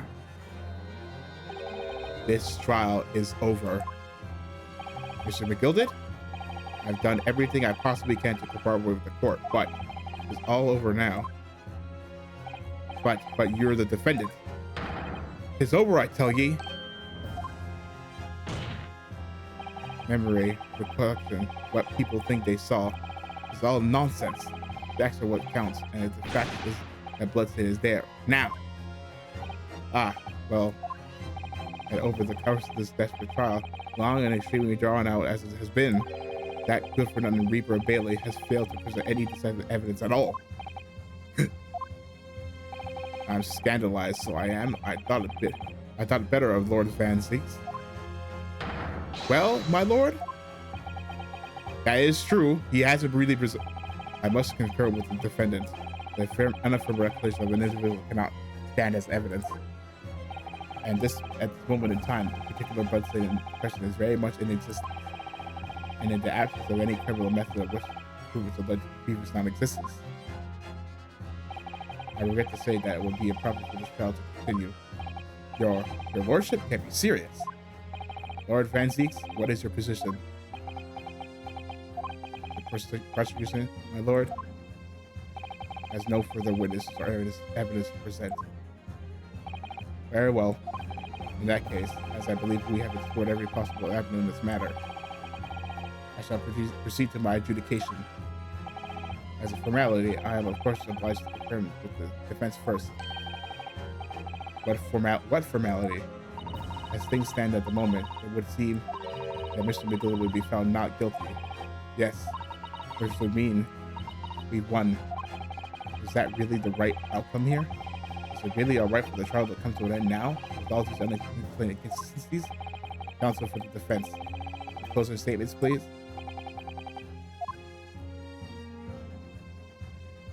Yes, my lord. The defense believes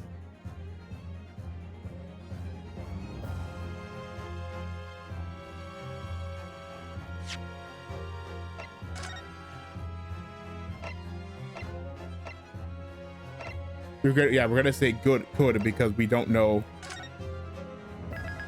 We're gonna say could because we don't know, because with all the inconsistencies we're not sure.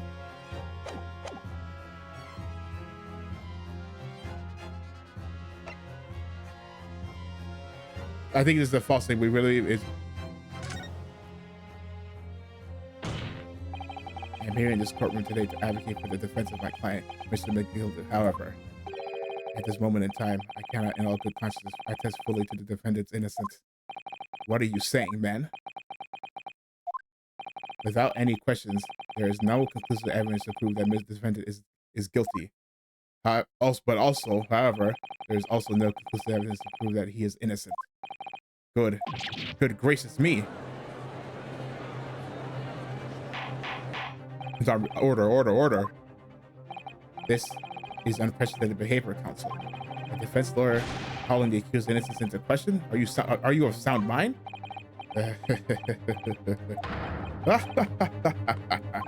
Oh, it was a grand decision to appoint you as my lawyer, so it was a grand decision. What? I must say, I didn't expect quite such an exciting spectacle at the end there, but still. Here, have this for your troubles. Your job here is done, fella, and some fine work you've done, so you have... Wait, what do you mean? It's just as the right honorable gentleman so succinctly spoke before. The trial can't go on anymore. And your closing statement is there was, how did he put it now? Nothing more than a formality.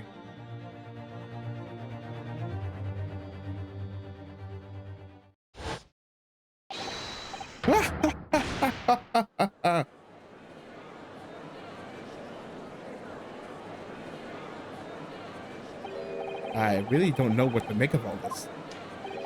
Was the evidence we've seen genuine, or was it fake? His lordship would be fuming. Any unsightly rubbish should be disposed of properly, as I said. The stinking rich are always guilty of something. You mark my words. I feel terribly ashamed that I ever doubted that lovely man who gave us the lovely park. Now that proceedings have unfolded in this way, I am compelled to declare the premature end to this trial. Furthermore, the count must accept the defendant's plea.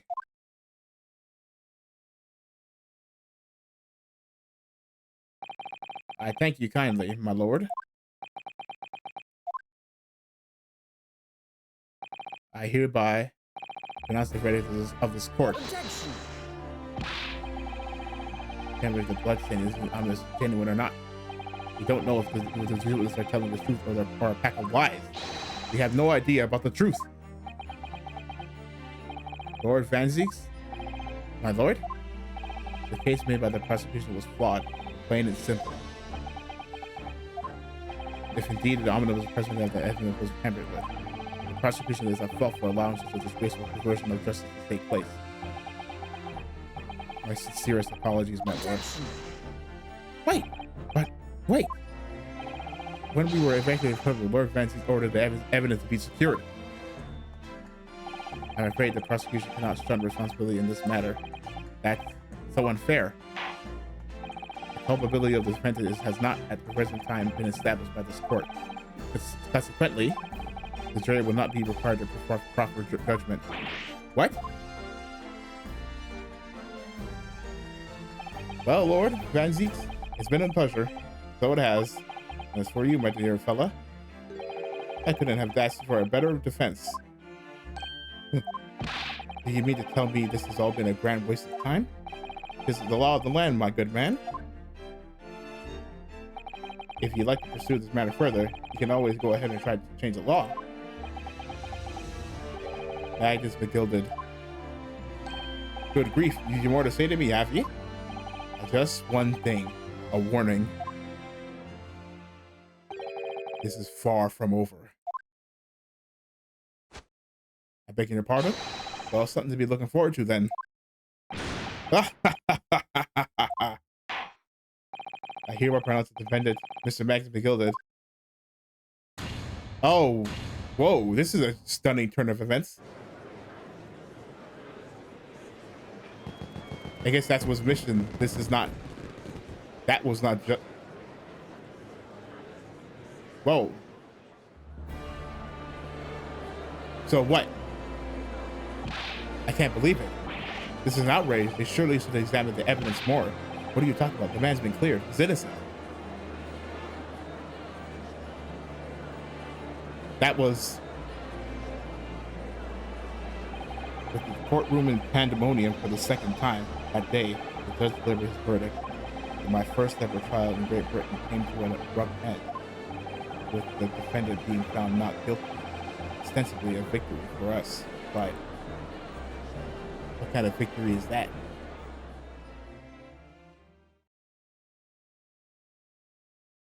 Hmm.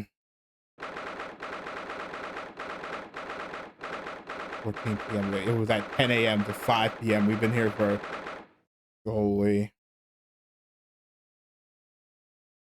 for almost 8 hours. It would be 6 would be 8 hours, or yeah, 6 would be 8 hours. So 7 hours we were in court. A souring feeling. That certainly was a long trial. Yes, it was. Your first ever trial in Foreign Soul and your first victory. It was a wonderful performance. My heartfelt congratulations. And to you, Mr. Zato. Thank you for your assistance. I suppose we should be happy. The trouble is, we're still completely in the dark about what actually happened. Well, we didn't have enough time. But isn't it wrong? I mean, who was actually responsible for Mr. Mason's death? Yeah, trial's over. No, who killed him is still up in the air. We have no idea. But the trial was for if he killed him, and I guess we did, in a way, that did came to light. That wasn't him. We don't even know that. The sole aim of the defense is to obtain a verdict that exonerates the defendant. You carried out your duty to perfection. Aye, that you did. Mr. McGilded. And that girl is with him too. Well, it seems the stories are true. Oh, what stories? About the 6 enormous fireworks that do be letting off under the verdict of not guilty. I'm sure you must have seen them now. Spectacular, what do you say? Yes, definitely.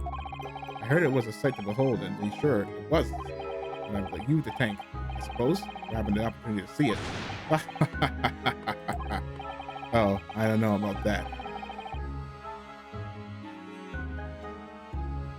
No, we can't. We're just a measly lawyer. What on earth are you saying, fella? How did you walk out there a free... How did I walk out of there a free man, then? I don't think it was so much thanks to me as down to your planning. You're a straight-talking fella, ain't you? I must say, you had me astray in this head there once or twice. But you're young and headstrong. And just water under the bridge. Congratulations, Mr. McGilded, on having your name cleared. But nothing's resolved. There's only one thing that matters to me. Oh? Aye. They've all seen that I didn't do that odious and obstinate deed. It's grand, is it not? Aye, I suppose it is. Now the fine fellows at Scarlet Era can take matters in hand and sort out any wee details. They'll see it for what it is. They'll get to the truth. I have absolute faith in them, so I have, after all, I do be providing a good number of the wages with all the taxes I pay. Well, it's not that funny. So then, as we agreed beforehand, 1,000 guineas for your troubles, fella. Oh, no, I couldn't possibly accept that much. You wish you're a humble people, are you? From the east? You from the east? Well, if you insist. But I have this. So in all, you deserve it. So in all, you did deserve an award. Mr. Magnus McGilded. Hmm? Everything is ready, sir. If you'd like to follow me into the courtroom. Into the courtroom? What's this, officer? It's sooner than I was led to believe. That was not inconvenient, sir. There were some changes to the schedule. Well, must be making tracks now. It's time for the inspection. Sorry? What inspection? They're going to examine the omnibus again, so I'm told. They asked if I could present it for me. If I could be present for it myself. They're going to examine it again? Now? Naturally, I'm under no obligation to take part in any more of this matter now. As an upstanding member of London society, I do be doing my best to help where I can. It's a gentleman's duty, so it is. So then, fairly well. It was an absolute pleasure meeting you. I hope you have a whale of a time while studying here in Great Britain. And there he goes, a free man. Oh, I forgot she was here too.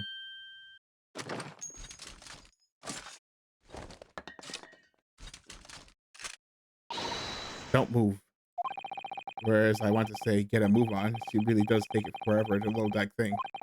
Mrs. Strad, would you mind putting that thing down? You're a grown-up. Sorry? And I ate all grown-ups.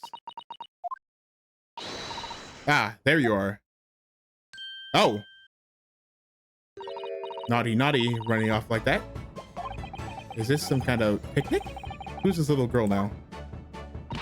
I'm taking that with you as well. I was looking forward to the trial run of my experimental smoke grenade launcher. Ha! Oh, do you want to play? You won't beat me.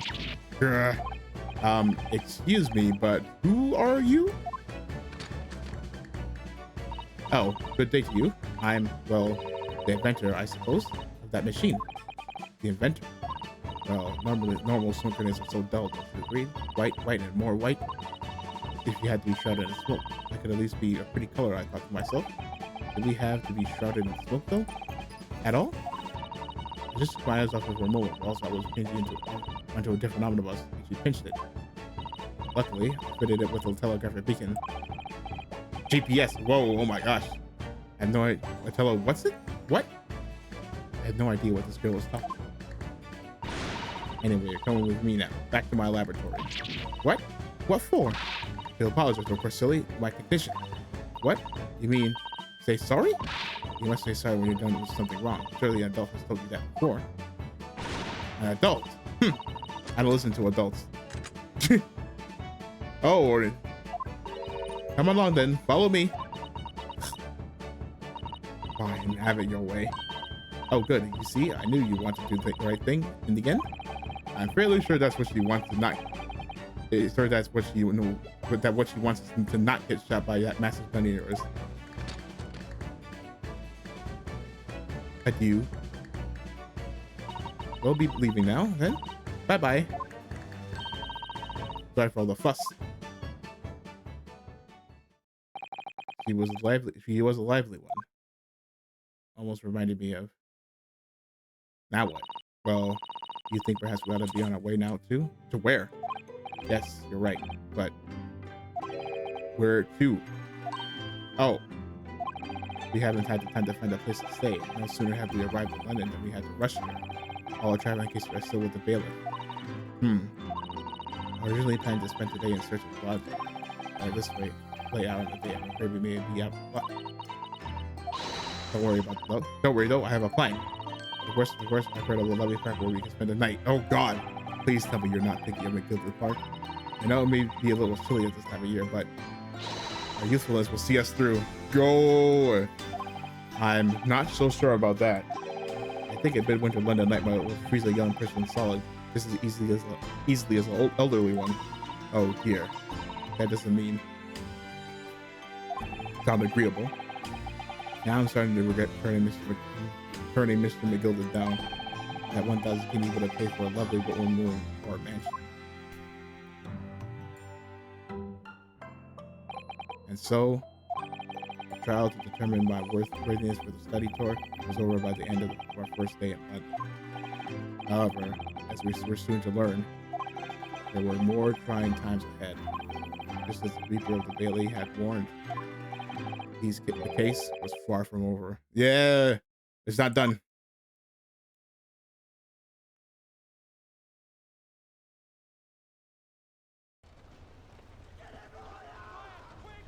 What's going on? Get the fire brigade! Water!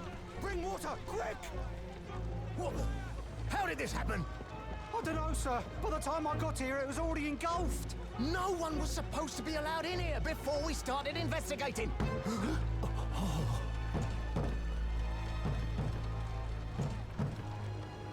No. Oh, good God. There's someone in there.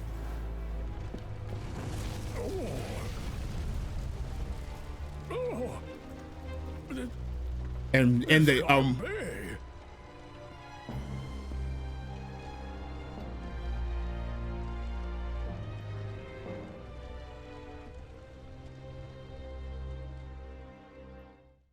whoa, we're not done yet, it seems. Presumably Thing was in there. Mr. McLeod was in there. I assume, at least.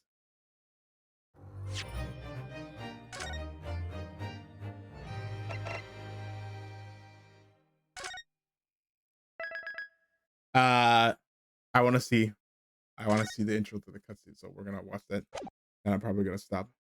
The clouded kokoro.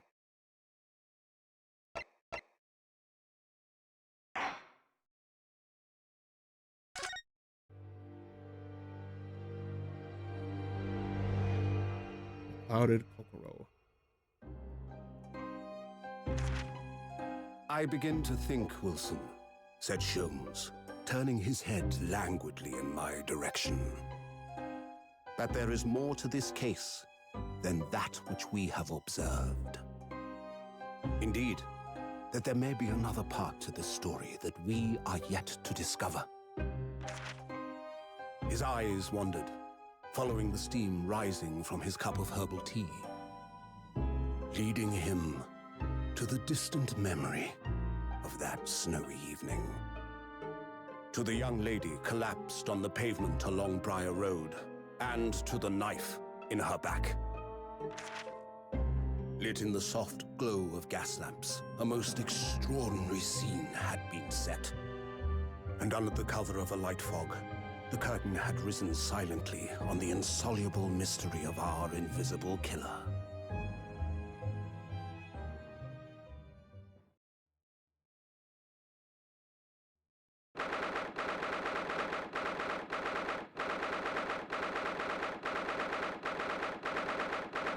Lord Chief Justice's office. Did you sleep last night, Mr. Naruhodo? No, not at all. It was an enormous hotel, wasn't it? The rooms were so luxurious, I felt like we were staying in a palace. And with all the gaslights twinkling, it was brighter than the day, even in the middle of the night. What about the enormous bed? In my time with the superior, I wasn't going to waste a single inch of that space. I spent the entire night rolling from one side to the other mattress. Rolling from one side of the mattress to the other. Oh yes, it really was the sort of night you can only dream of normally. Except, when I learned that we owed £3 for the rooms, that dream quickly turned into a nightmare. Oops! Sorry about that. The building was so impressive and the entrance so inviting, I just wandered in without thinking. In a lodging house in Japan, that's the money would put a roof over your head for a whole year. I did try, but I'm afraid I couldn't help my tears when we were presented with the bill. I really am sorry. Oh, never mind. Must find some more affordable lodging straight away, though. If we're not careful, our entire stipend will be used up in 10 days or less. Ugh, London is a scary place. Good morning to you at this early hour. Hello, not a villain. Oh, yes. We are, well... Good morning to you, Lord Chief Justice. We have come to report the occurrence of the outcome of the trial at the Old Bailey yesterday. Oh, okay, so this is literally the day after. Susato-san is amazing. She doesn't bat an eyelid, even in the presence of the imposing Lord Strongheart. Yes, I believe you had a very comprehensive initiation into British courtroom practices. Oh, yes, it was very eye-opening. Thank you. And in accordance with your instructions, Lord Strongheart, Mr. Naruhodo performed his duty to the end. Yes, I've already been apprised of the events. You conducted a remarkable defense and may consider the test passed. Oh, no longer are you a student from the Empire of Japan. You may henceforth claim to be a fully fledged lawyer. My country is delighted to welcome young talent from such a remote eastern island. Thank you very much. So, I'm a lawyer now. Now, in view of your new appointment, I have a fresh case in mind for you. I'd like you to take it at once. I trust that it won't be a problem. Another case already. Nothing trains a lawyer better than practical experience. I'm sure I don't sense dissatisfaction since. Do I? Just that yesterday's trial ended unusually. I haven't quite come to terms with it. What's to come to terms with? The man was clear. What more were you hoping for? The culpability of the defendant has not, at the present time, been established by this court. Consequently, the jury will not be required to proffer judgment. Well, Lord Van Zieks, it's been a pleasure, so it has. As is for you, my dear fella. I couldn't have asked for a better defense.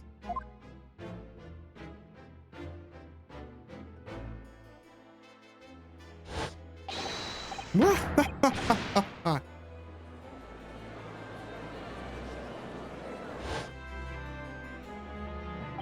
just can't help wondering if Mr. Gilded really was innocent. Mr. Naruhodo, it's just that I never managed to ascertain the truth, and then the trial ended. Well, you need to let it trouble you for a second longer. Sorry? What do you mean, Lord Strongheart? Magnus McGilded passed away immediately following the trial. No. What? What? Mr. McGilded is dead?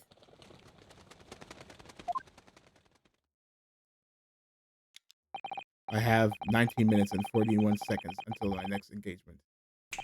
Time enough to talk.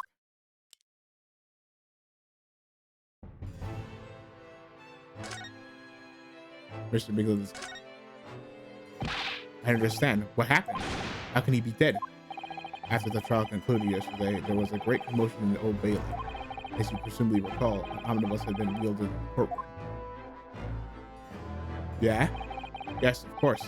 That was the scene of the crime, which Mr. McGilded had been accused of. Precisely. Well, while the bailiff's attention was diverted by some other matter, the omnibus went up in flames. No. How could such a thing have happened? That is being investigated as we speak, but already, the police have identified a corpse found inside this charged fellow of the carriage as that of McGilded. That's awful. The man must have slipped inside whilst the bailiff's attention was elsewhere. That bailiff really needs to pay more attention. And how could that have happened? That is also being investigated as we speak. Thinking back now, immediately after that trial, Mr. McGilded did mention going back into the courtroom to look at the omnibus. He did. Well, I must be making tracks now. It's time for the inspection. Sorry? What inspection? You're going to examine the omnibus again? So I'm told. I asked if I could be present for it myself. It's inspection of the omnibus. Not to my knowledge. I don't believe Scotland Yard has any intention of re-examining the carriage. But then who was Mr. McGilded talking about? Never mind that now. The Yard is making a thorough investigation. This matter is no longer any concern of yours. Leave it to the police. Oh, that's sus. Poor Mr. McGilded.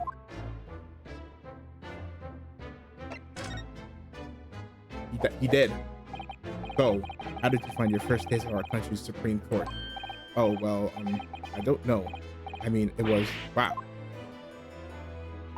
Mr. Naruhodo means that the whole experience was steeped in the solemnity of the Great Britain's long history. It's really a world apart from our own judicial system in Japan, which is only a few short decades old. Wow. Judas Ellison has such a way with words.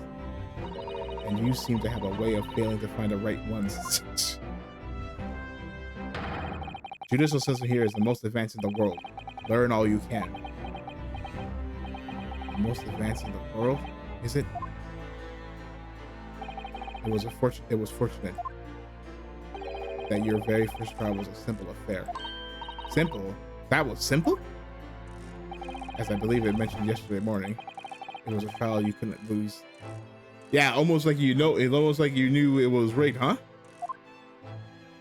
I don't mean to be contrary, Lord Strongheart, but the case was anything but simple.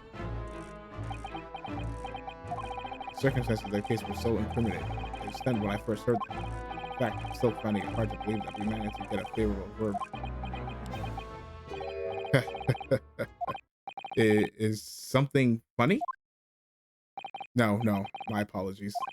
However, the fact is that we did receive the not guilty verdict you set out to achieve. I don't know, man. Little sus. And that can only be attributed to exceptional talent. Wouldn't you agree? Well, I don't know about that. Well, never mind that. Never mind. You exceeded my expectations, I freely admit. That much at least is undeniable. Is an undeniable truth. Which is precisely why I've prepared the new case for you that I mentioned before. What's going on? What was he going to say before?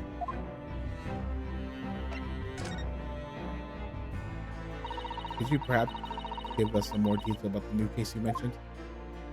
Don't tell me this is a murder and the trial starts in 10 minutes. Don't worry, it's nothing else so alarming or so quite urgent as your last assignment. In fact, this case is completely different. Oh, I see. Did he just read my mind? That is to say, no one has died as yet. And the trial will not be today. There is plenty of time to research the case thoroughly. 23 hours, 43 minutes, 19 seconds to be precise. So the trial is tomorrow then. Is everything all right? Oh, yes. I'm just a little confused, that's all.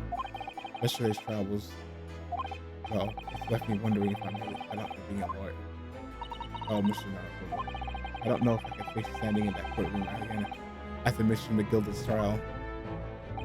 Ah, yes, I nearly forgot. There is one similarity with yesterday's case. Once again, there is currently no one to advocate for the defense. Oh, the situation remains unchanged. The trial will start tomorrow with the defendant unrepresented. And if that happens, I need not remind you of the inevitable outcome. The most terrible end awaits the defendant. That's right. Here we go again. All right, we're out of time. Your time is up. You'll have to excuse me. I would advise you to begin making preparation for tomorrow's trial. After all, the clock is ever ticking. There's about 23 hours, 26 minutes, and 39 seconds until the court sits. Last time he mentioned 23 hours, he said there's plenty of time. And one more thing, Mr. Naruhodo. There is something I should like to ask you. Oh, what's that? Yesterday, you remarked upon something. That you intend to see through the will of your late compatriot, Mr. Asogi? Yeah? Huh? I would be interested to hear what exactly you mean by that. Inside 34 seconds. Oh, well, Kazuma always used to say, you see, that he wanted to learn how the greatest justice system in the world works so he can change ours in Japan. Now that he's gone, I'd like to work towards that myself. And there's another thing. Oh. Another thing? Continue. On the way here, on the steamship, he said something to me. There's something very important that I have to do. Something very important. And what exactly would that be? He never had a chance to tell me. I suppose he would have done if he never... You're out of time. Well, thank you for an enlightening discussion. What's this all about? Mr. Soki never once mentioned anything of the sort to me. I urge you both to focus on your attention on the matter at hand. I've taken the liberty of summoning the police inspector in charge of the case. He'll be able to apprise you of the details. How long has he been there? So, I wish you the best of luck and bid you farewell.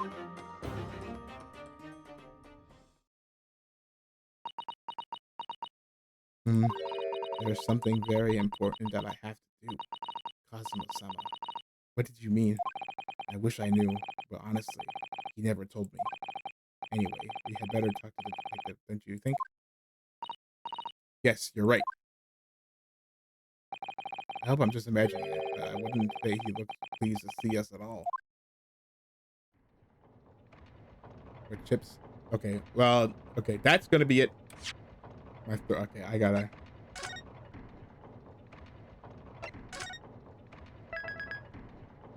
Yeah, that's gonna be it for me. You know the drill. As always, thanks for coming out of the stream. If you like what you saw, consider leaving a like, follow me on Twitch, YouTube, Twitter, and hopefully I will see you in the next stream. Bye bye. Bye bye bye bye bye bye bye bye bye bye bye bye.